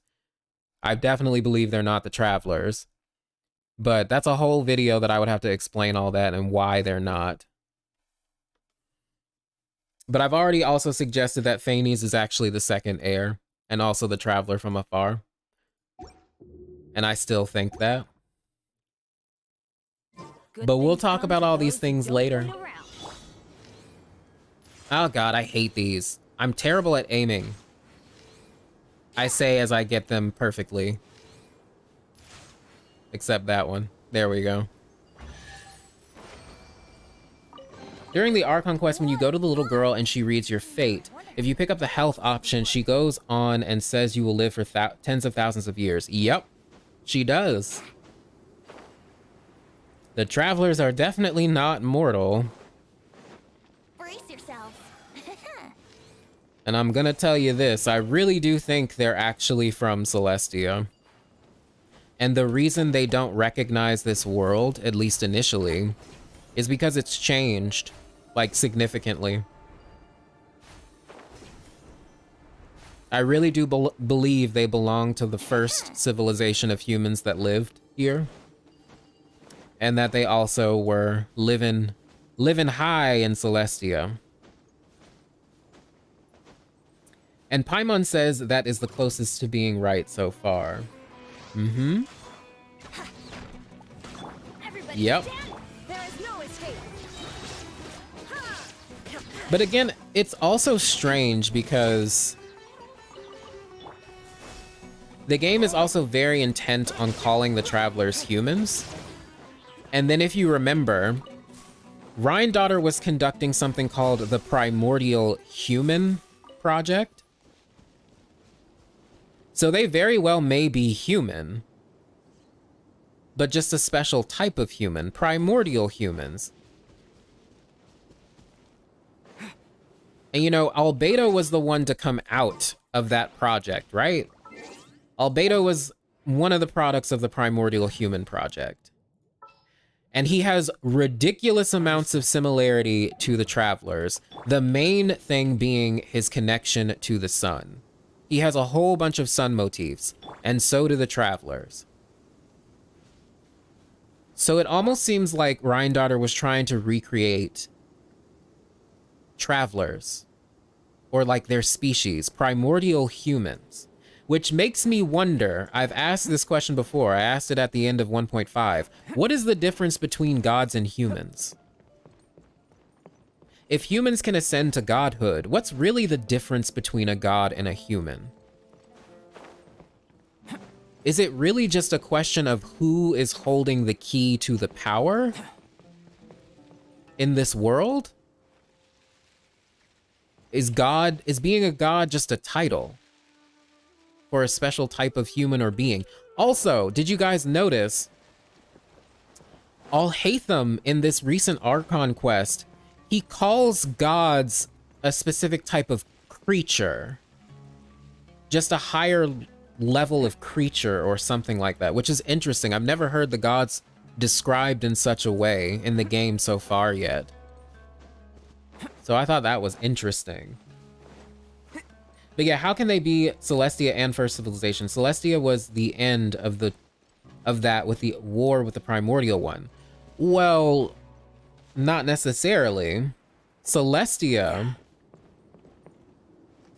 might have been taken over. And the current rulers are not the rulers who were originally in place. The primordial one might have gotten overthrown, and his throne might have been in Celestia.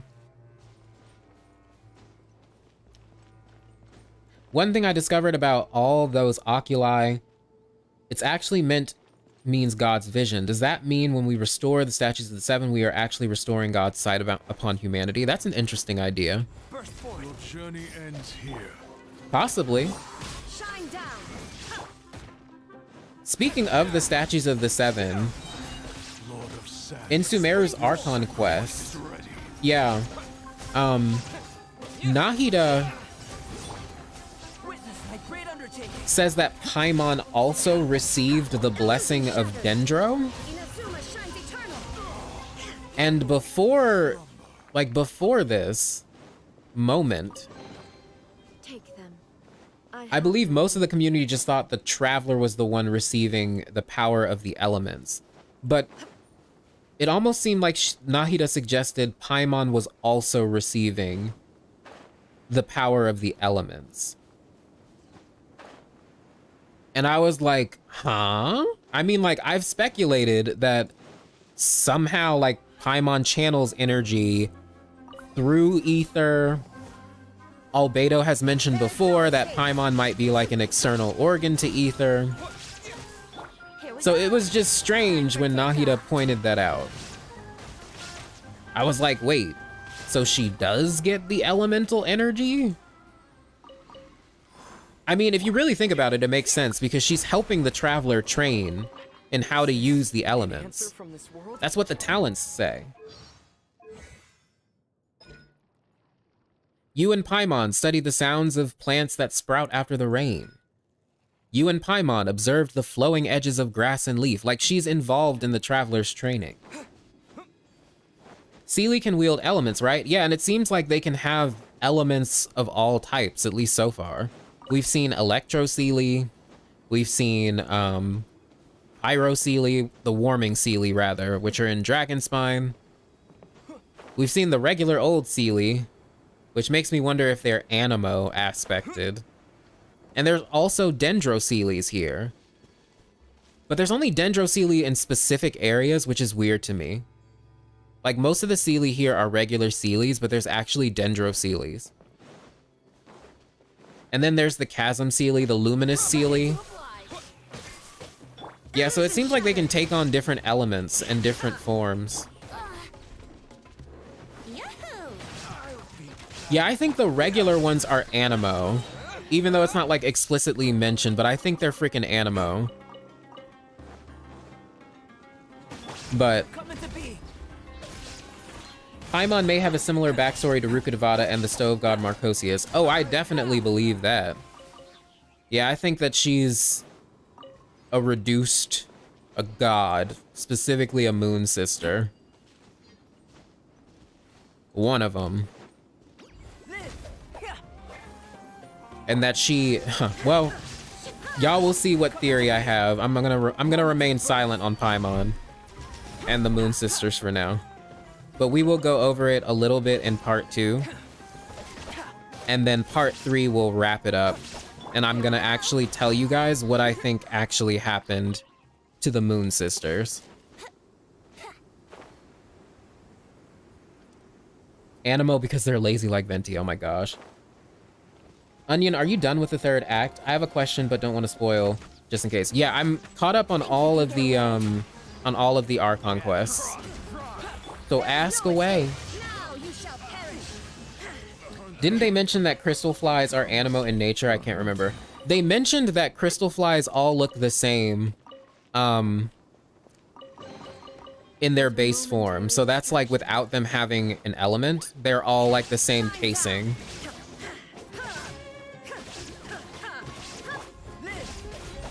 And Paimon was like, wait, but I thought they were all different.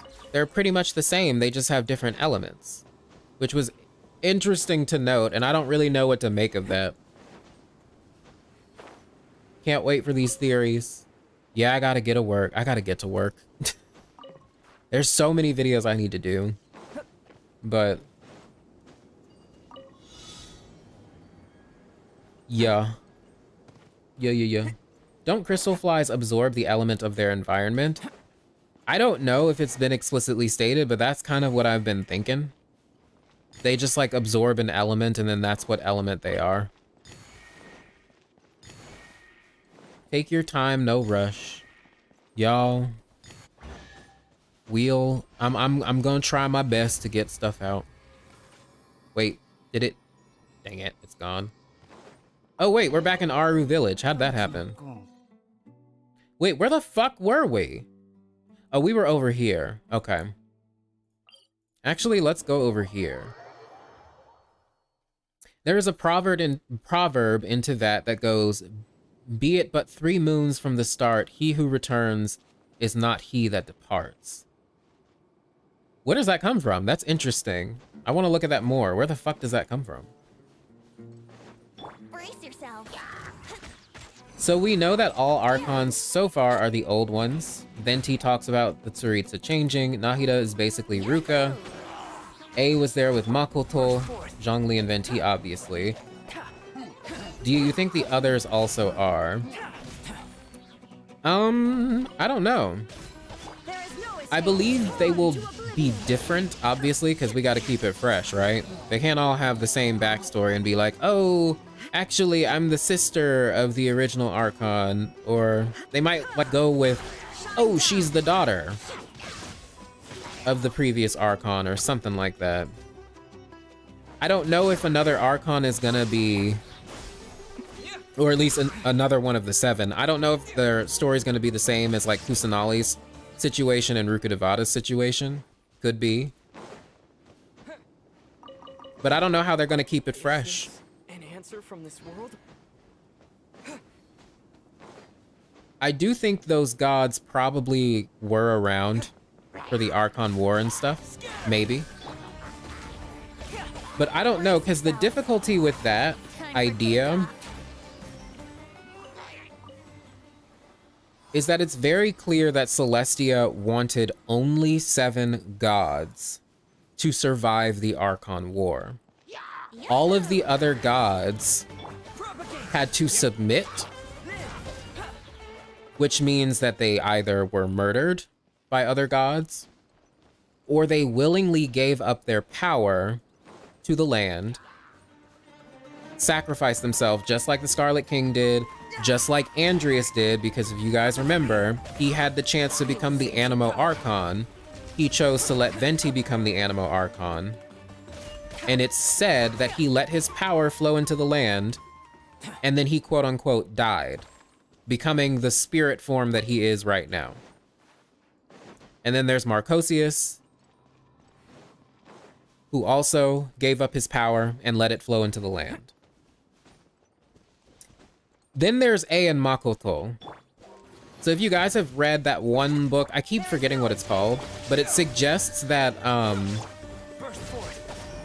that A also had to give up her body at one point. She also had to give up so that Makoto could ascend to the seat of Archon. And then later on, Makoto made a vessel for A and brought her back to the world. Which is really interesting. And also, A corroborates this. She says, yeah, the book is pretty accurate up until a certain point. Up until, like, the Archon War. Or up until Orobashi is slain or something, I think. Something like that. But I find that that matches with what we know about the Archon War in terms of it being super, only 7 will live. No one else can live. So yeah, I don't know the relationship between the other Archons. I don't know how they're gonna do it. I really don't. But I'm interested to see, I'm really interested to see what's gonna happen in Fontaine. Like that's really what I'm interested in next. 'Cause the Hydro Archon sounds like a piece of work. And I feel like she's gonna be our enemy for a little while. We going to prison, we're going to jail, and we're gonna need Yanfei to break us out. Let's play. Where am I? Girl, I have no idea. Somewhere in some oasis, I don't know. At this point, I'm just wandering around and talking. Even worse than Raiden? Possibly. Who knows? I don't know. Raiden was pretty fucking rude to her people. My people don't sin. Sure, ma'am. Exactly. She sounds very arrogant. And like the little hydro gem says that her ideals have no stains. So she thinks she's this little perfect little fucking thing.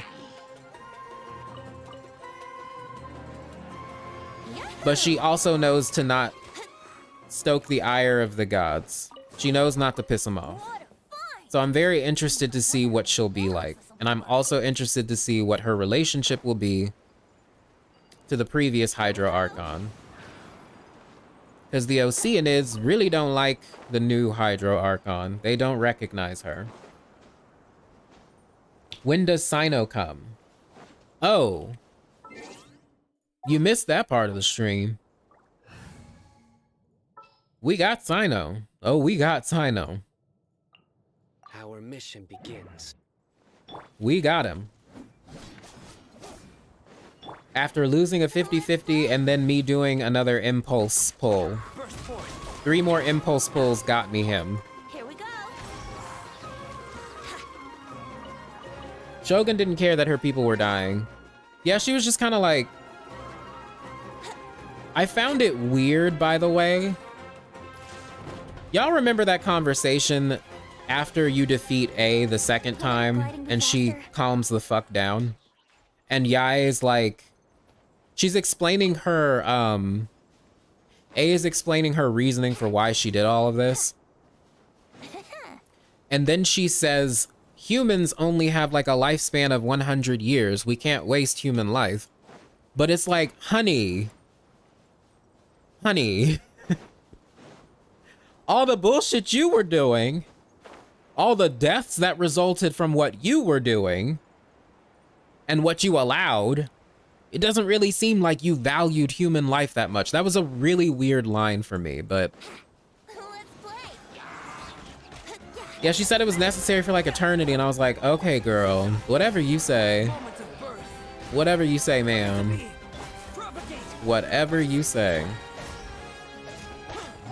Here we go. But let me be clear, I do think A is a misunderstood character because a lot of what she did was from trauma. That doesn't make it okay, obviously. But I think she somewhat redeemed herself. I think her second story quest really gave her the character development she needed. Well, at the very least, it made people not hate her as much. Ah, fuck. Why did I do that?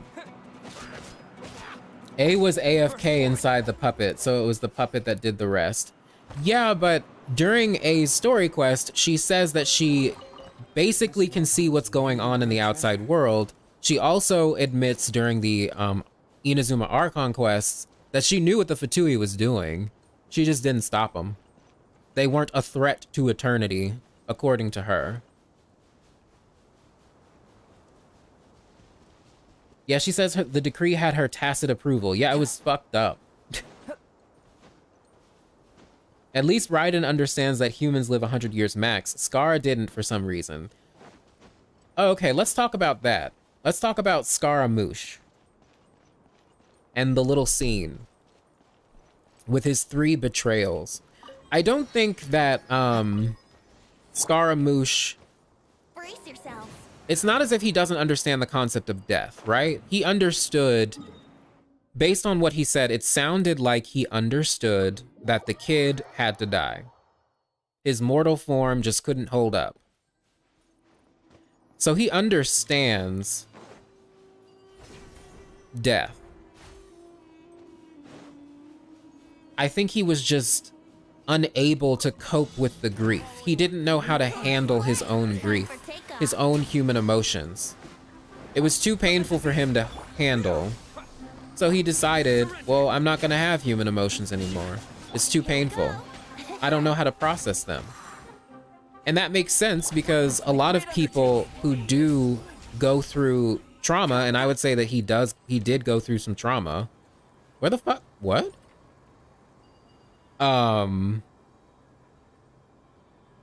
Is this broken? Where are the enemies? Well, anyway. Because he was abandoned by his mother, he had constant disappointments over and over and over again. And he never really had a chance or a moment to really process what he was going through. He didn't really understand why, what was happening to him and why. He was created for a purpose. His mother deemed that he wasn't fit for that purpose, and I'm assuming she did not explain to him why she just let him go. Yahoo! So it's sad all around. I mean, Scaramouche has done some pretty horrible things, but he's just like a child. He's just a little baby that's freaking out right now.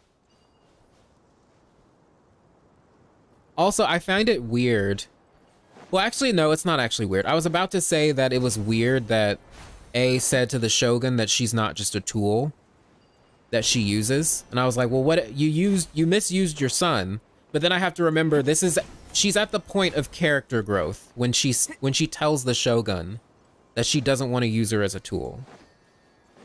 So when Scaramouche has his encounter with A, I imagine the conversation is going to be good.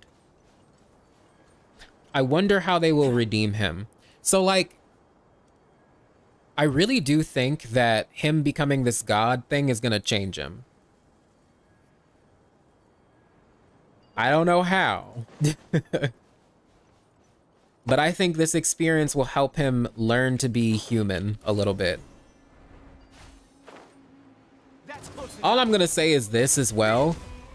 Dottore is getting that gnosis. I said that in the Harbinger video too, but Dottore is getting that gnosis one way or another. He's getting the electrognosis and he's getting the dendrognosis. They're not gonna let Scaramouche keep that. So I don't know what's gonna happen with that. Oh, I was supposed to fucking advance. That's weird. I didn't realize. Brace yourself. Yeah, the sages are just using Scar in order to learn what the divine knowledge capsule has inside. Yeah, they're trying to give him divine wisdom, I think it was from what they were trying to say. That's why they were infusing him, I guess, with a whole bunch of knowledge capsules. Here we go. Time for takeoff. But I still don't know if the sages are looking specifically for information on Rukkhadevata or anything. I don't know. They could be. Wait, why am I fighting with Cyno? He's level 1. Let's play. The Harbingers are just a bunch of traumatized people given power, basically. Basically, he is making the same mistake as A, like mother, like son, basically. Oh shit. Yeah, I failed this because I didn't realize where to fucking go. All right, we're going back down.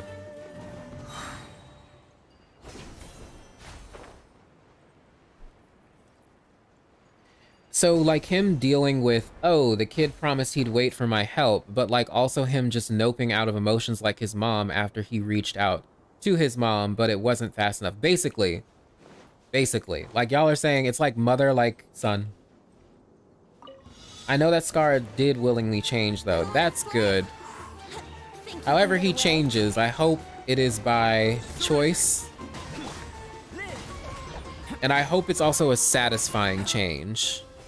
Like, it's not just, oh, he's our ally now. No, I want him to, like, grow as a character. And I want A to apologize to him. Brace yourself.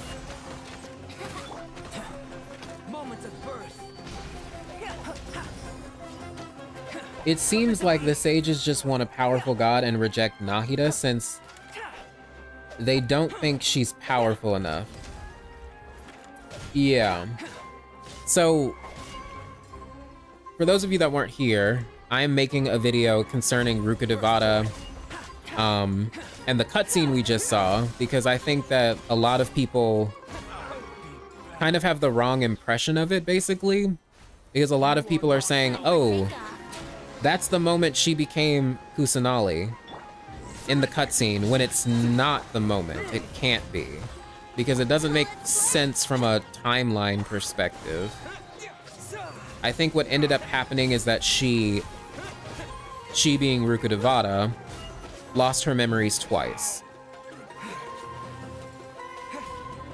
And I think the reason the sages did not accept Nahida as their god is because, for those of you that have played the Archon quest, if you guys remember, in King Deshret and the Three Magi, one of the academia researchers says that the academia expected Nahida to have the same wisdom Brace yourself. and knowledge as Rukkhadevata. But she didn't. Instead, she just had the intelligence of a human child. Let's play. And I think that's the reason they rejected her and were like, this is not Rukkhadevata. The Rukkhadevata we know Think you can get away? is dead. That's how I think it's gonna work. But we'll just have to see. Moment of birth. Of course, it is not the moment. I even wrote in a comment a few days ago, I think. The thing is, there are a lot of people who think that's the moment. There are a lot of people who do. And I'm like, no, not quite. Not quite. Is this? The second time she lost her memories and used up all of her power was to help the Irminsul tree, to keep the Irminsul tree alive. Yeah, I agree, but like I said, a lot of people are conflating the Scarlet King's death with the Cataclysm, and these two events are separated by at least 500 years. Oh, here it is. Yeah, a lot of people just forgot when the Scarlet King died. It was a long ass time ago.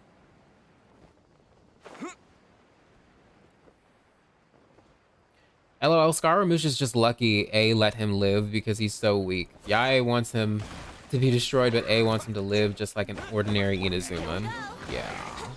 I mean, that was out of compassion on her part, but I think she just didn't fucking explain it. From Scaramouche's perspective, she just freaking cut him loose with no explanation. So it made him think, am I not good enough? Is there something wrong with me?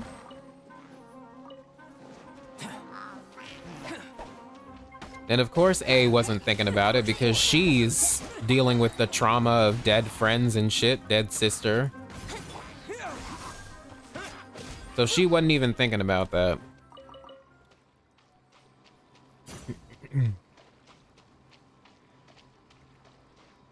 Onion, do you think Albedo's constellations tell us the story about Conria?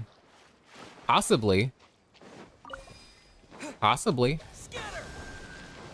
I would have to look at his constellations and then chart out a story of it, because you're probably right. Aren't they all alchemic references, basically? I don't know, I haven't looked at the names of the constellations. Can't Zhongli, Venti, and A just fill Nahida in about the past? I mean, they can, I guess. I mean, to be honest, Time for takeoff. if Nahida has a connection to the Irminsul tree, and the Irminsul tree remembers everything, then technically she should be able to access the memories there. Right?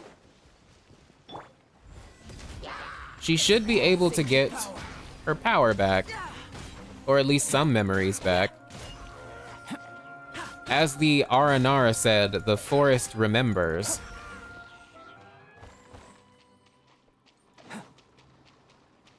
But yes, the other Archons can have a conversation with her. The other thing is, Venti definitely knew that Nahida was interfering on the Golden Apple Archipelago. But he just didn't tell us, which is he's always very fucking cryptic. He just always leads us to where we need to go. It's really weird.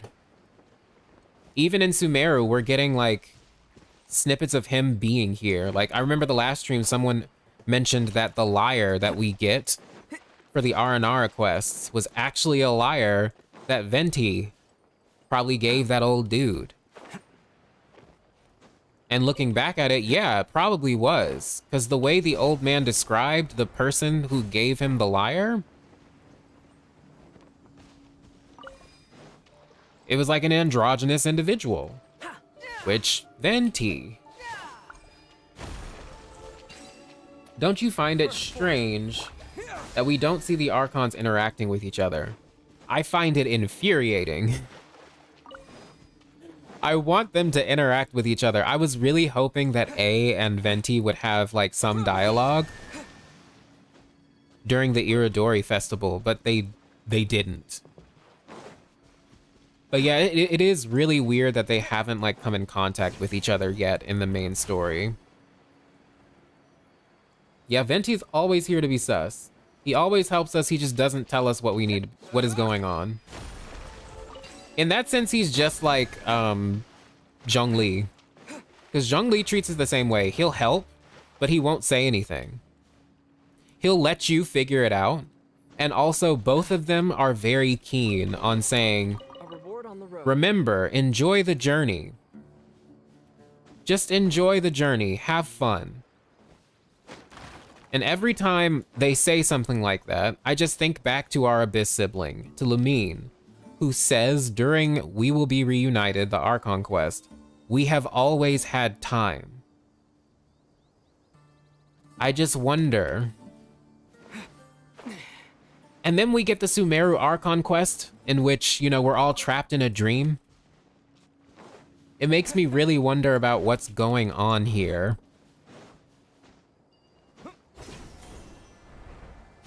Because, like, you know how we had a certain time limit in the Sumeru Archon quest to shut down the dream in order to save Dunyarzad? I wonder if there's a similar time limit for us.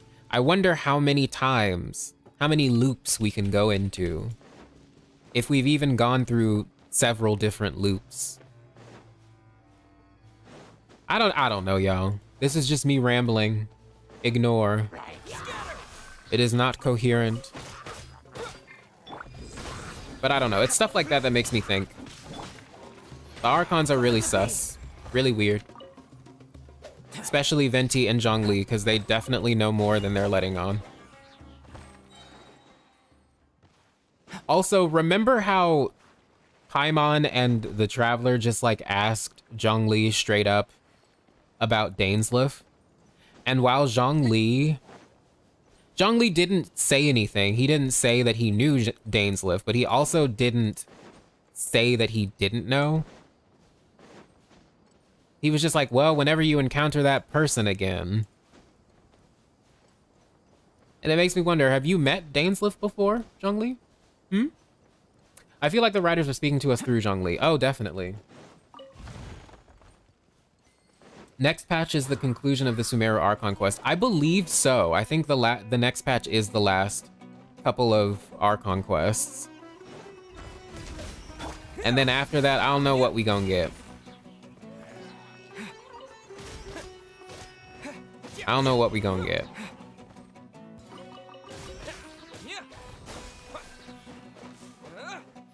I hope, well, obviously we're gonna get more DLC areas, right? And, like, I am 100% certain we're gonna get a nail.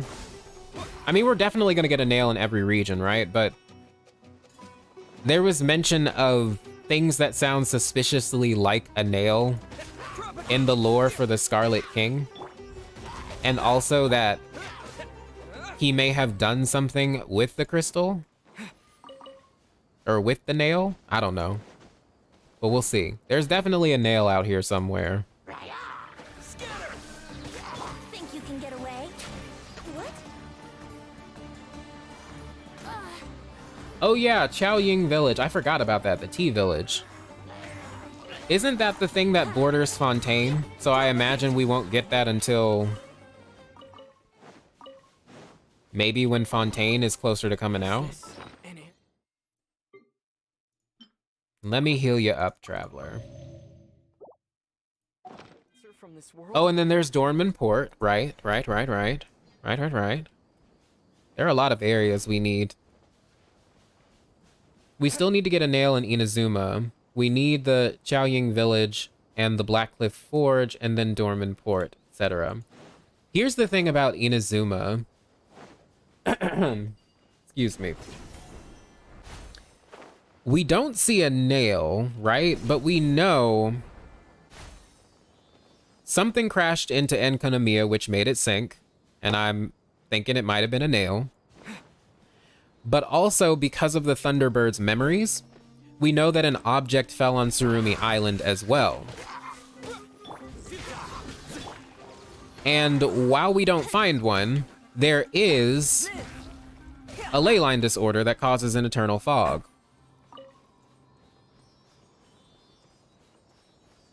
And that would be kind of similar to the ley line disorder on Dragonspine, which caused basically an eternal snowstorm.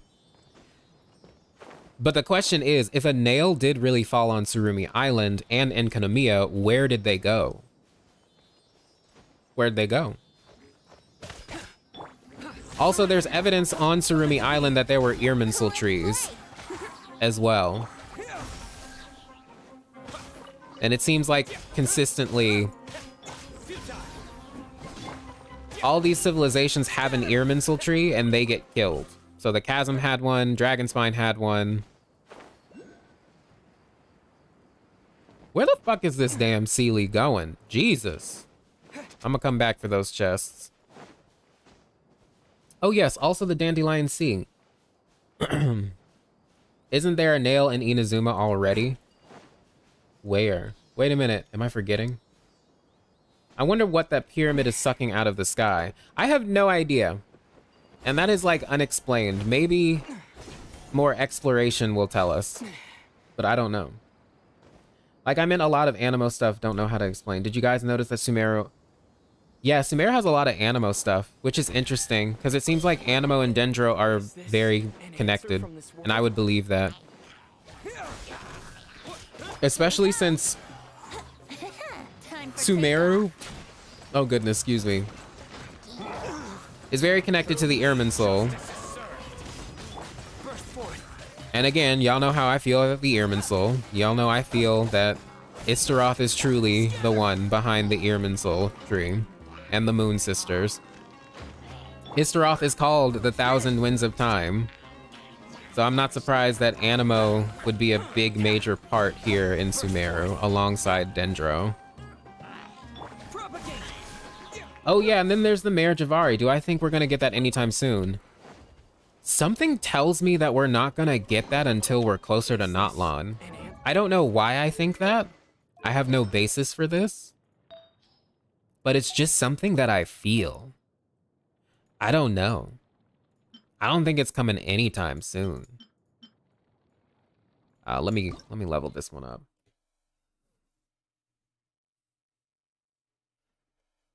Do you guys know if we've gotten any Notlon crumbs yet?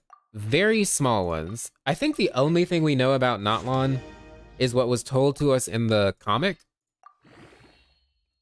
And then also that there's some type of boxing there. And also that the bathhouses in Inazuma, they're based on the hot springs from Notlon.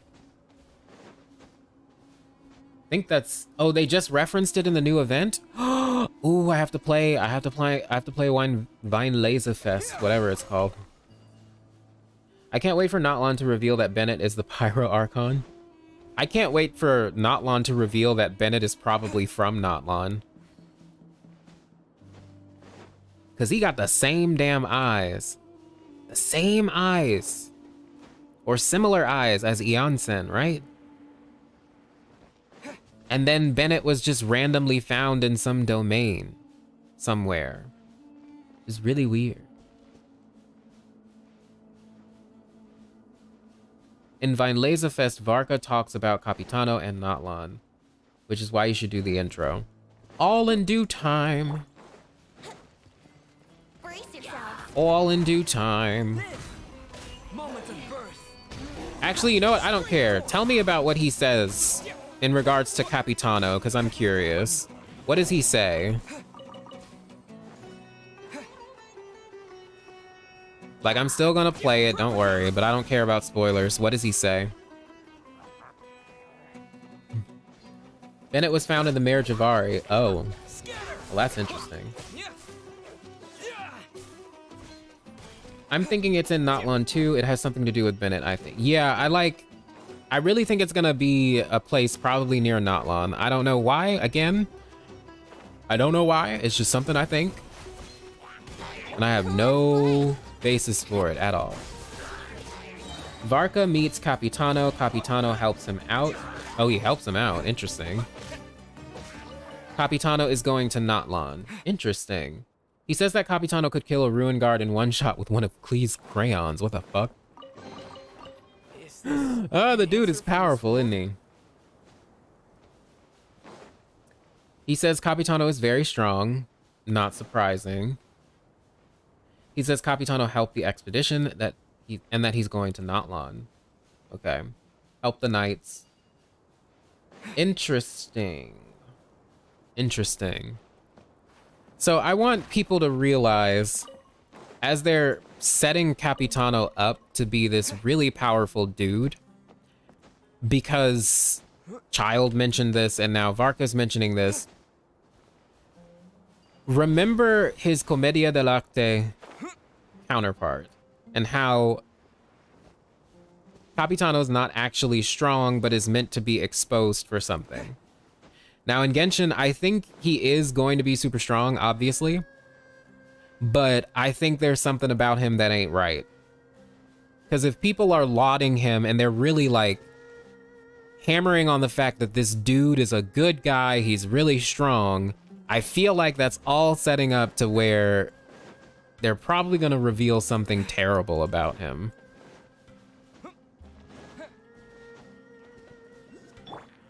He also calls Capitano a normal human. Okay, that is even more suspicious to me. That's even more suspicious to me. They're really setting him up as this one dude, huh? But again, his Commedia dell'arte counterpart makes me really suspicious of the guy.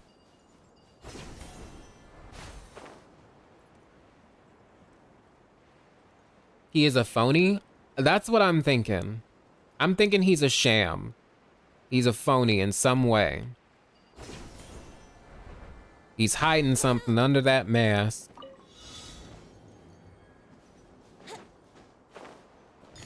Oh gosh, okay, this is a walking platform thing.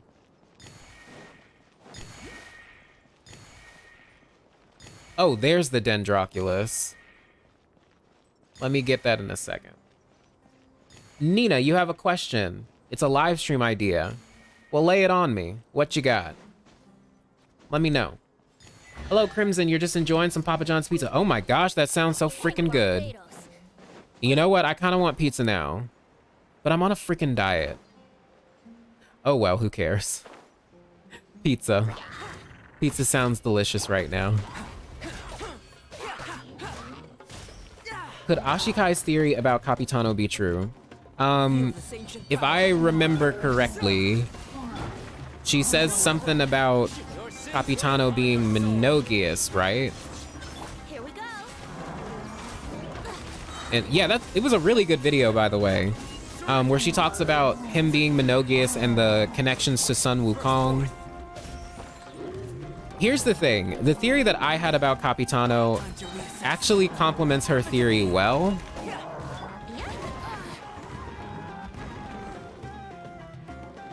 Because I actually went into what I think the constellation for Capitano is going to be, and I think it's going to be that Hand of Glory. A lot of the reasoning for that is because Hands of Glory, excuse me, have the ability to paralyze people.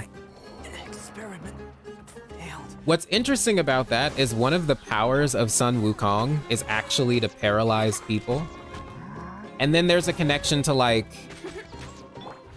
a monkey's paw that you could even draw, being similar to like a hand of glory. I don't know. Anyway, that theory about him being monogamous is very interesting, and it could be true. He might have something to do with monogamous, but I don't know how Is this an answer or from what the this nature of that relationship is going to be. Hand of Glory reminds me of the Buddha palm sealed, when Sun Wukong is sealed by Buddha. See, that's also interesting. That's also very interesting. Capitano is just such an interesting character. We don't even know freaking much about him, but he's so suspicious. Also, why is half of, not even half, why is most of my team like either dead or in the red?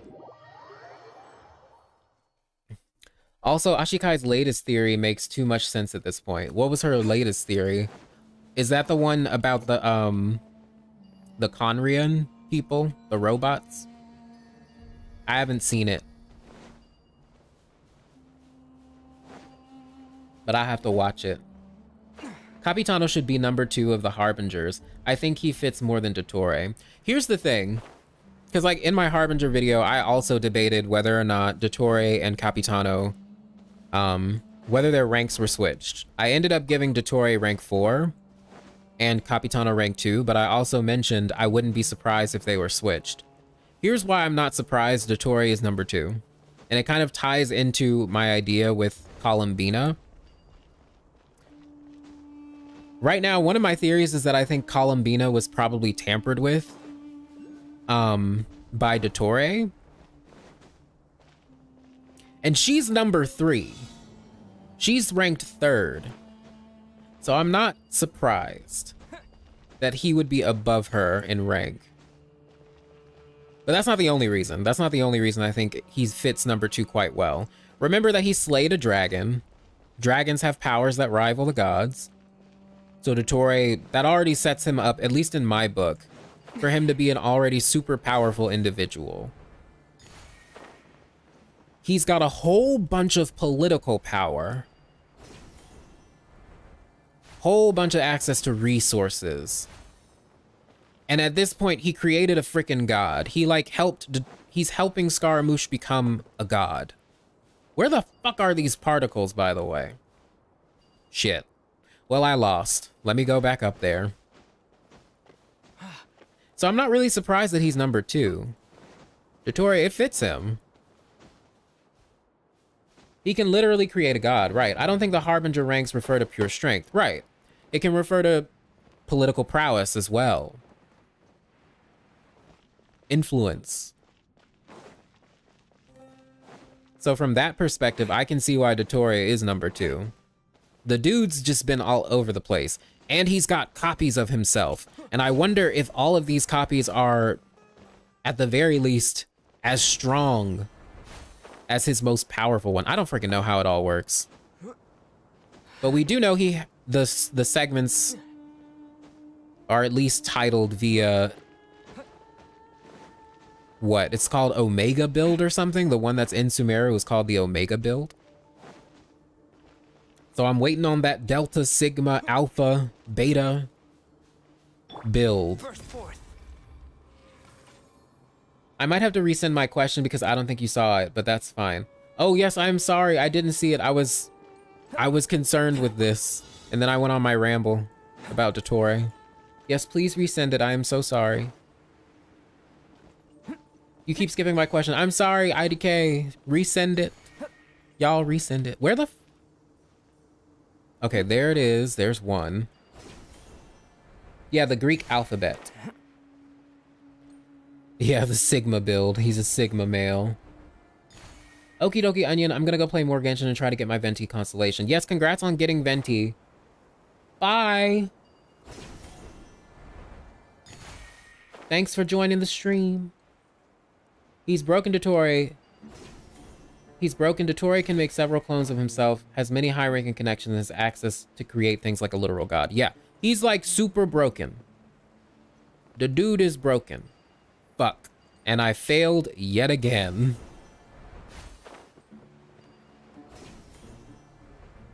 Yep. Isn't it the segment in the prime of his life? Ah, I see. Yes, you are right. It is him. It is the segment in the prime of his life. That's what Columbina said, and that's what he said at the end of the Winter Nights Lotso trailer. I want the Manhwa Dottore 2 still to be in this game, not this Dottore. Oh. Hopefully he is. Maybe he will show up. Could you do a stream where you like go on other people's accounts and pull for them? That is actually something that I want to do eventually. If you guys want me to do that, sure. I eventually want to go move up to giveaways, but right now that is not financially feasible for me. So eventually, I do want to work my way up there. Onion, have you opened up the mausoleum to King Deshret yet? Yes, I've done that side quest. Very interesting stuff. Also, Skylar, I don't think I said anything, but I believe you got Venti on your first pull. Congratulations. You said that a while ago, I believe. His artificial god dreams from 1.1 are coming true. Yes. Yes, they are. Finally, Jesus. Have I watched Stranger Things? Yes, I have. I actually have watched all 4 seasons. I enjoy the show a lot. Many a rare treasure.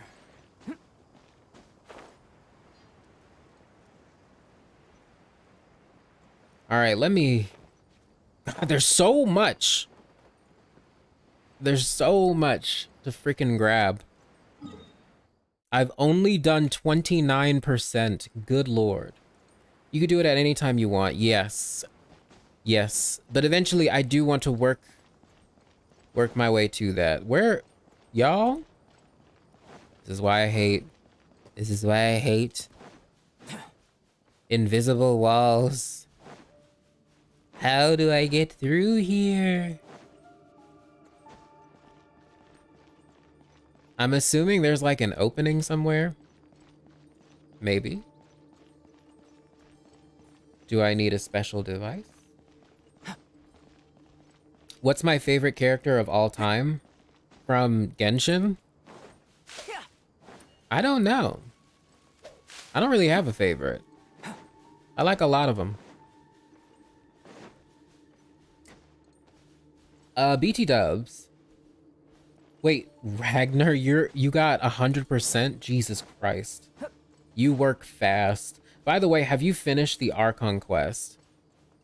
Have you noticed the priest Kasala cinema? The eye star on the top of the pyramid looks like Honkai trailer of Herrscher of Human Ego. Oh, interesting. I didn't notice that connection. I'll have to go back and look at the animation when Alicia fights the Herrscher of Corruption. I didn't notice that.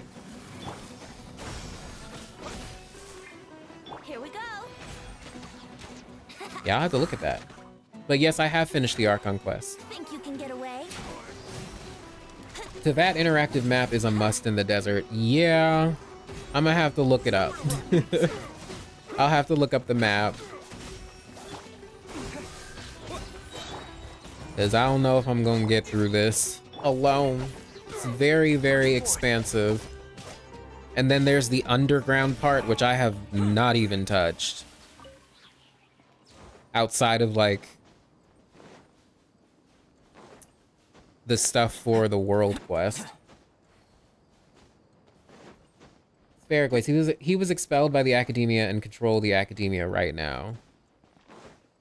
Yeah, it sounds like they didn't want to let him back, but then he was like, I can make you a god. And they were like, okay, we like totally want that.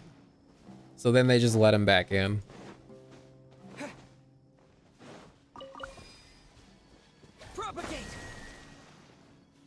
Do you notice Elysian motif match the motifs of the old civilization? Interesting. That is curious. I have not noticed that. I'm gonna have to like go back and rewatch a lot of the Elysian Realm. Because really at one point I was just interested in Aponia. Mostly because I'm doing an Istaroth video and Aponia is like 100% like Istaroth's Honkai Impact counterpart. Not to mention there's even more moon shit. More evidence for Istaroth being a moon sister through Aponia, because Aponia is ranked 3rd in the Flame Chasers. That number 3 is always important because there's 3 moon sisters. Remember that. Yahoo! Oh, you meant Elysia, not the Elysian Realm. Oh, no, I have to look at her. She has themes from the old civilization. Interesting.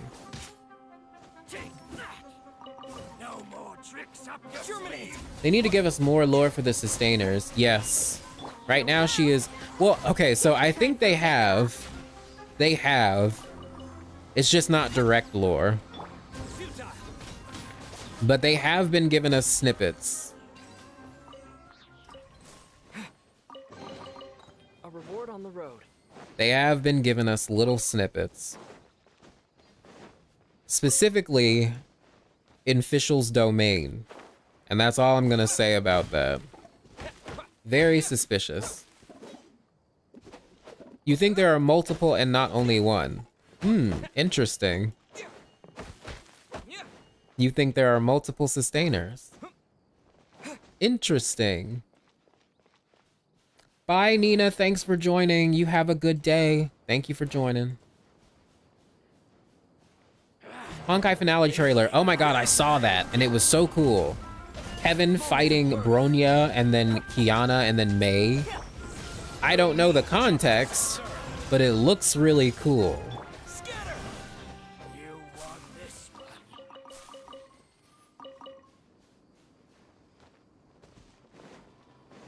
Has the upside down triquetra symbol on Paimon's clothes always been there, fade in the background whenever we read notes? I actually don't notice that. I never noticed that, if that's a thing that happens. Hiya, Hermes. Welcome to the stream. You missed all of the degeneracy earlier, but don't worry, you can rewatch all of that when this stream is over.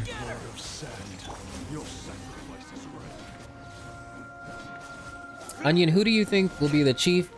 Oh, so that Fontaine person that was mentioned that one time. I have no idea. Also, Cyno just died. Rest in peace. I have no idea. I want to do a Fontaine video. Sometime before it comes out. Hopefully I can find the time to do that. Where I'm gonna really like sit down and analyze the Fontaine stuff. Time for takeoff.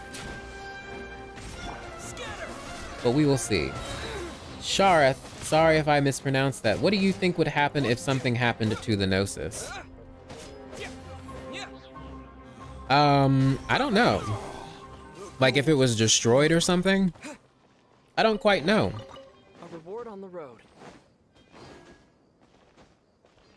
I've never really given that much thought if like a Gnosis was destroyed. I have no idea. Yeah, these Eremite enemies are really cool. Have I seen the description of Nahida from the Genshin Drip marketing? Do you think Chief Justice is the Hydro Archon? From a legal perspective, maybe. But also maybe not. Chief Justice. It would make sense that she would have some sort of, but then again, maybe not, because, for example, it could be a situation similar to, like the Academia. There's a Grand Sage, but that Grand Sage is not Nahida, it's someone else. So that person could easily be someone who is just positioned high in the court of Fontaine. But I don't know. Have you heard the ballad of the treasure chest? I hope this doesn't start a fucking quest. Because I haven't explored this area yet. And I kind of want to do it on my own. Time to go make some crepes and cry afterward that I am getting fat. Well, don't worry, I'm with you. I'm gonna eat some fattening food myself in a minute. Because I'm getting hungry. Yeah, I might end the stream soon, actually, because I am getting real hungry. How long have we been going? Oh, for 2 hours. Goodness. What did Venti actually give to Dvalin that we fly? And this is the power of the Animo Archon. From what it sounded like, it was the Animo Archon's blessing, and I don't quite know what that means. I don't know if he received some sort of power. Don't really know. You think it could be the Hydra Archon's familiar or something? It's possible. It could be, that person could be anyone. I really want to look into it though.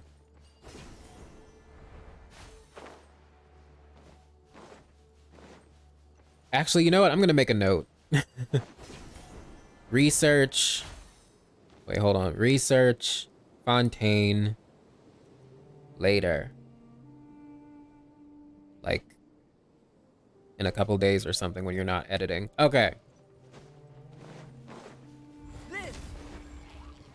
Because now I'm interested. Now I really actually want to look this up and start doing research for Fontaine. Why do I feel like Fontaine might just be nuked next? Nah, I'm sure they're fine. Especially because their Archon is all about like, I know if I piss off the gods, it's not good. So let's not do that. My people have no stains. My ideals have no stains. My people are free of sin in the eyes of the gods. Which is really suspicious. Lux, you're thin as a twig. Personally, someone can easily snap you in half.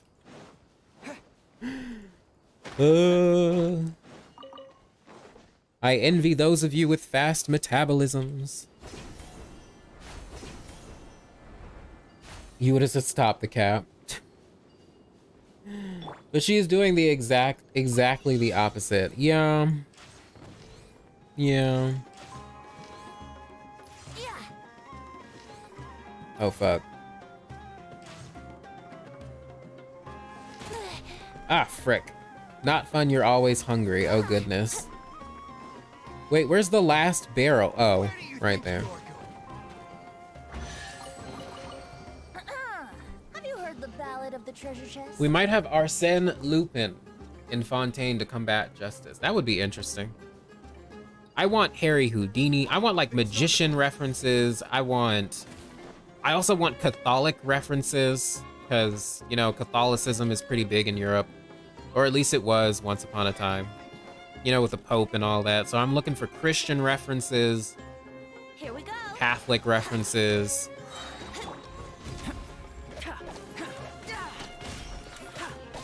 Moments of birth. It definitely seems like it's gonna be steampunkish, maybe. A little bit. Very based off of, like, the Industrial Revolution. At least partially. So it's gonna be interesting. Humans refer to Archons as gods, and Archons refer to Celestia as gods. Yeah. The gods of Celestia. Whatever they look like. Brace yourself. I think we got a quick glimpse of them in the manga.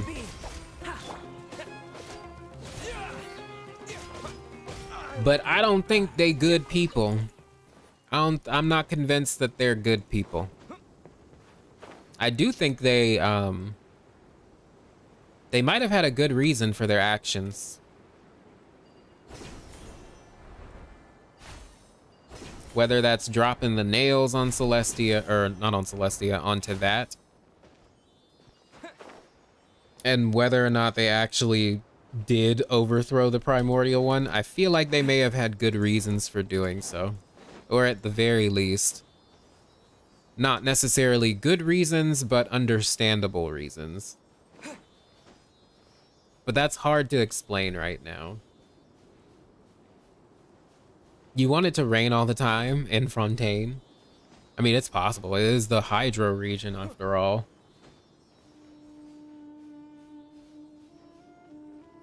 Scarlet King supposedly died thousands of years ago, and Rukkhadevata disappeared during the Cataclysm, but it seems the events took place during the same time in the cutscene. No.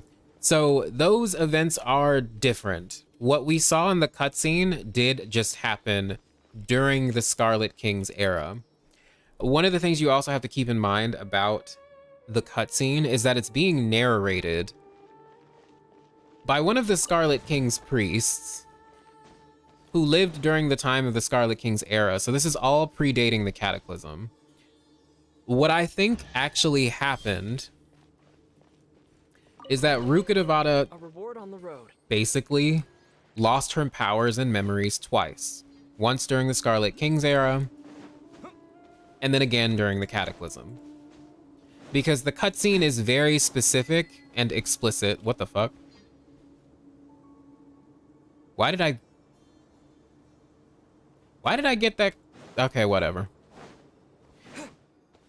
Fuck, of course there's an invisible wall. Let me get rid of Cyno. But the cutscene is very explicit in saying that after Rukkhadevata helped out the Scarlet King, then she regressed.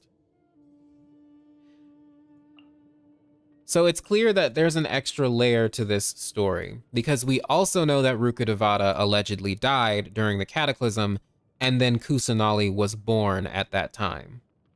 It's been stated multiple times that Kusanali is 500 years old exactly. I won't hold you back. And I think that she is. Also, the child version of Rukkhadevata in the cutscene looks a little bit different than Nahida. Adventure time. She's like a little bit taller, her hair is a little bit longer. The model just looks a little bit different. Where's the fourth one?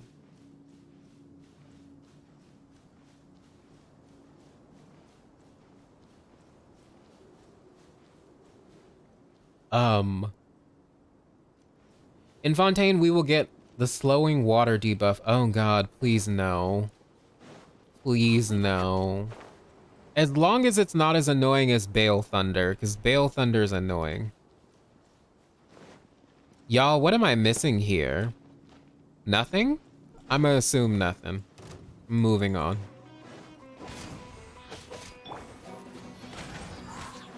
Dragonspine, Eternal Snowstorm, Tsurumi Island, Eternal Fog, Fontaine, Eternal Rainstorm. Please, no.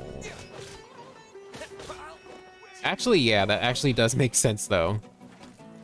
I imagine flooding and eternal thunderstorms, rainstorms are gonna be a thing. But we'll see. Maybe she did not have to use as much power as she used during the Cataclysm. That's what I'm thinking. Because it seems like after she helps out the Scarlet King and then regresses into a childlike form, it seems like she still refers to herself as Rukkhadevata, and people recognize her as Rukkhadevata, which to me implies that she had enough knowledge and memories to remember who she is, and also to be respected by her people. And I also think the reasons the statues of the Seven are of Rukkhadevata in her childlike form, instead of her in her normal form or her regular original form, is because the time when she regressed to the child form mentioned in the cutscene probably happened towards the end of the Archon War.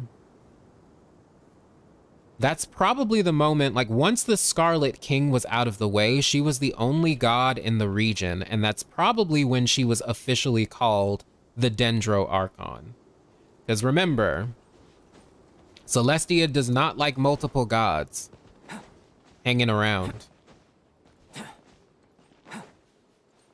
Does not like them. The Goddess of Flowers died long before the Scarlet King and Rukkhadevata, and then the Scarlet King sacrificed himself, leaving Rukkhadevata, which means she probably was crowned as the Dendro Archon at that point, which is why the statues of the Seven reflect her childlike form, because at that time, she looked like a child. Like a preteen. Is Fontaine's god still alive? You mean the original one? We have no idea. She's definitely not the current Archon, because the current Hydro Archon isn't the same as the original one.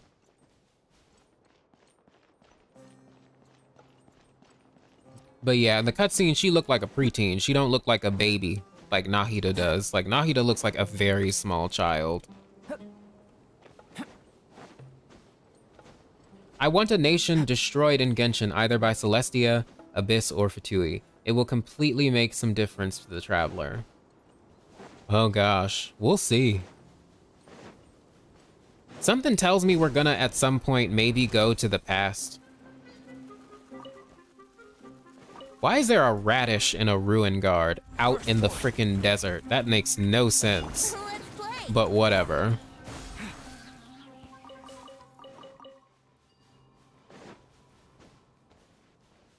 Nah, I think the previous one is dead. There's no way she could still be alive. Right. She's got to be gone in some way. There might be a twist. Like there was a twist to A's situation. She had a twin sister, and then there's a twist here. Ruka Devata actually probably just regressed into Kusanali.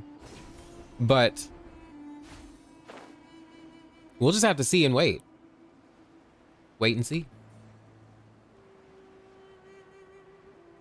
Oh, it was to get rid of the wall. Okay, that makes sense.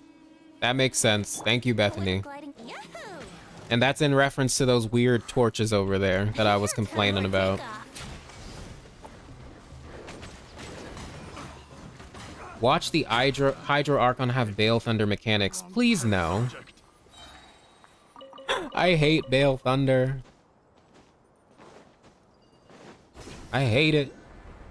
Any idea on how the sages are going to restore the Irminsul using the new god? I don't even know if that's their objective. I don't even know if they're trying to heal the Irminsul. Do they even know that the Irminsul is, like, damaged?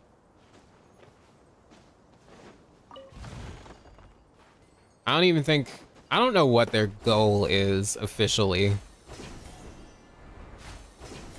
Are they trying to revive Ruka? Are they not? What's going on? Wouldn't gliding be faster? So I am assuming the Wall of Samiel was created during the Scarlet King disaster then. I don't know, because there's still no mention of it. In the main story, in the lore, there isn't really a mention of the Wall of Samiel. For all we know, it was created during the Cataclysm, or at some other time, I don't know. Because here's the thing, during the Scarlet King's era, the rainforest region of Sumeru, I don't think it had existed yet. Because after Ruka Devata leaves, she goes and creates the rainforest area, right? I don't know like what the time frame is between when the rainforests were actually created and when Ruka Devata actually left the desert and helped out the Scarlet King. I don't know. Yeah, like there's no mention of the wall. It's really weird.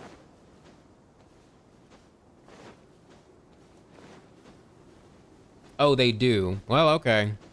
I don't know. Then maybe they are trying to heal the tree. I don't fucking know. I'm now thinking the wall was supposed to keep the infection out, but who knows? But my question is how? How would the wall keep the infection out? Like, what does it do? Is it a magic wall?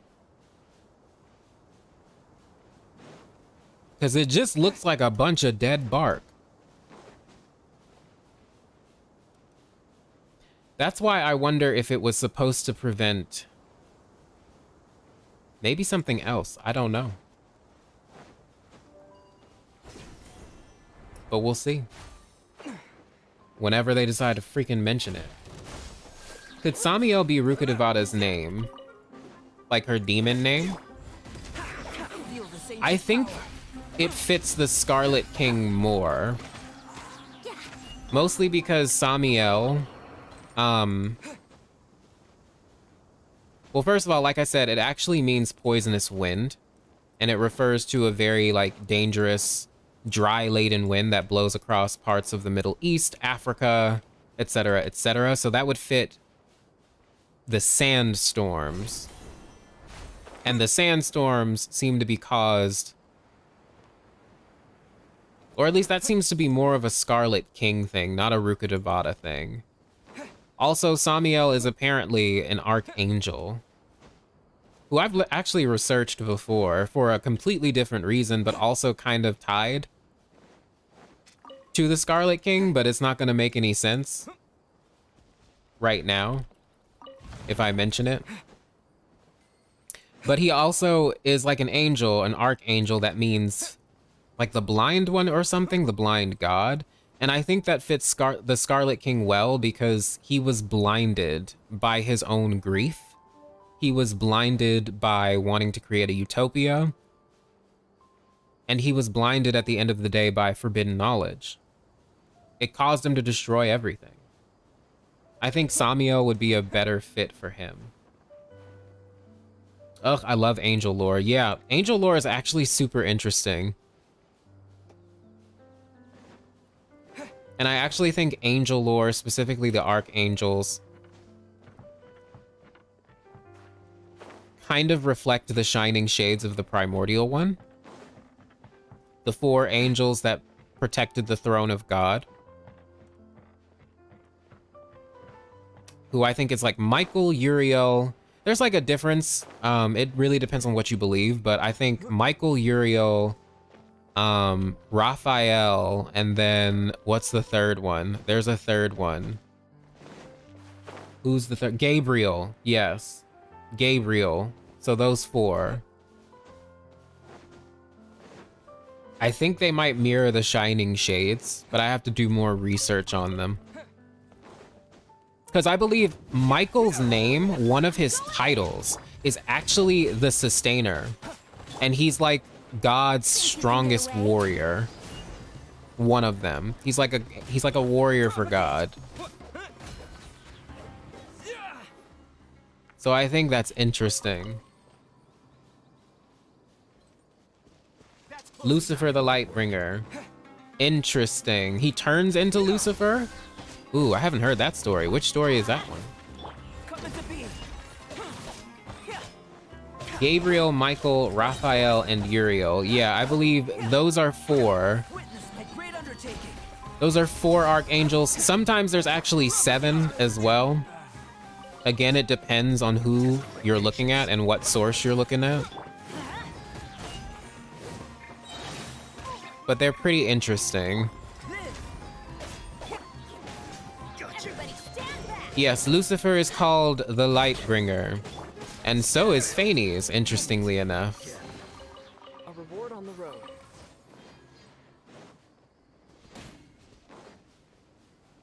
You thought Michael was just a parallel to Lucifer, y'all. I'm not sure. I think there's a feminine archangel's name, Ariel. You might be thinking of Uriel as well. Because I think Uriel is actually androgynous and sometimes is depicted as a woman. Male or female, I think Uriel is, which is interesting. I don't know. I'm gonna have to look that shit up again. It's been a while since I've actually looked into demonology and then angel stuff. Angels and archangels are considered weak according to some texts. Yeah, it depends. There's also hierarchies for them, right?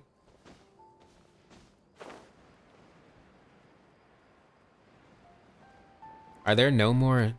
I feel like I'm missing a whole bunch of chests. How did we even end up over here?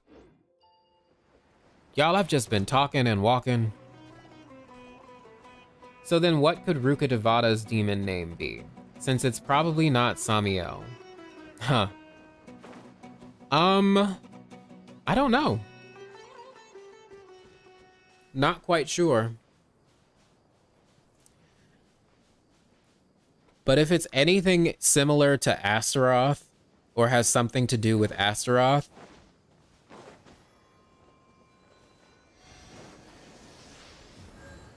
it will be very suspicious.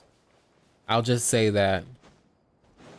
Because Rukkhadevata has a lot of weird parallels with Istaroth. And we're going to talk about that later. But I wouldn't be surprised if Rukkhadevada's demon name corresponds or has something to do with the demon name Astaroth. Congrats, just realizing. Yeah, I've just been walking around. Highest orders, seraphim, cherubim, thrones, middle orders, dominions, virtues, powers, lower orders, principalities, archangels, angels. Yeah, there's like a whole freaking list. And like each demon, by the way, like the ones in the Lesser Key of Solomon, etc., they each have an angel that is basically their rival. Like each one has one. I'll have to look into that as well, because I wonder if it has something to do with Genshin too. But we'll see. All right, y'all. I think I'm gonna stop it here. I'm gonna stop it. Ooh, Scarab. I'll need you. Yeah, I think I'm gonna stop it here. I think we've had plenty of fun for this stream. You got to see my gambling addiction. We talked some lore. We did some exploration. I think that's a good day. So y'all, I'm gonna do some quests and stuff, and then I'm probably gonna get back to editing and writing scripts and stuff like that. 'Cause I gotta get these videos out. But I hope y'all have a good day. I hope the stream was comfy and enjoyable.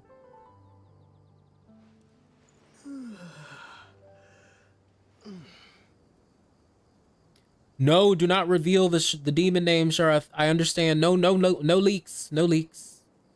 No leaks. No leaks, please. But yes, I hope it was fun. I will see y'all later. Bye-bye. Bye-bye. Whee!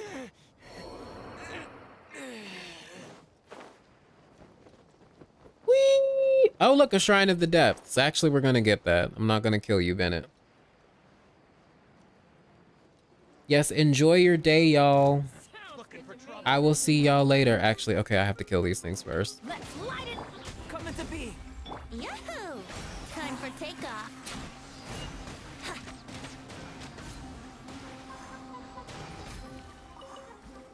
Don't mind me. All right, bye. Bye.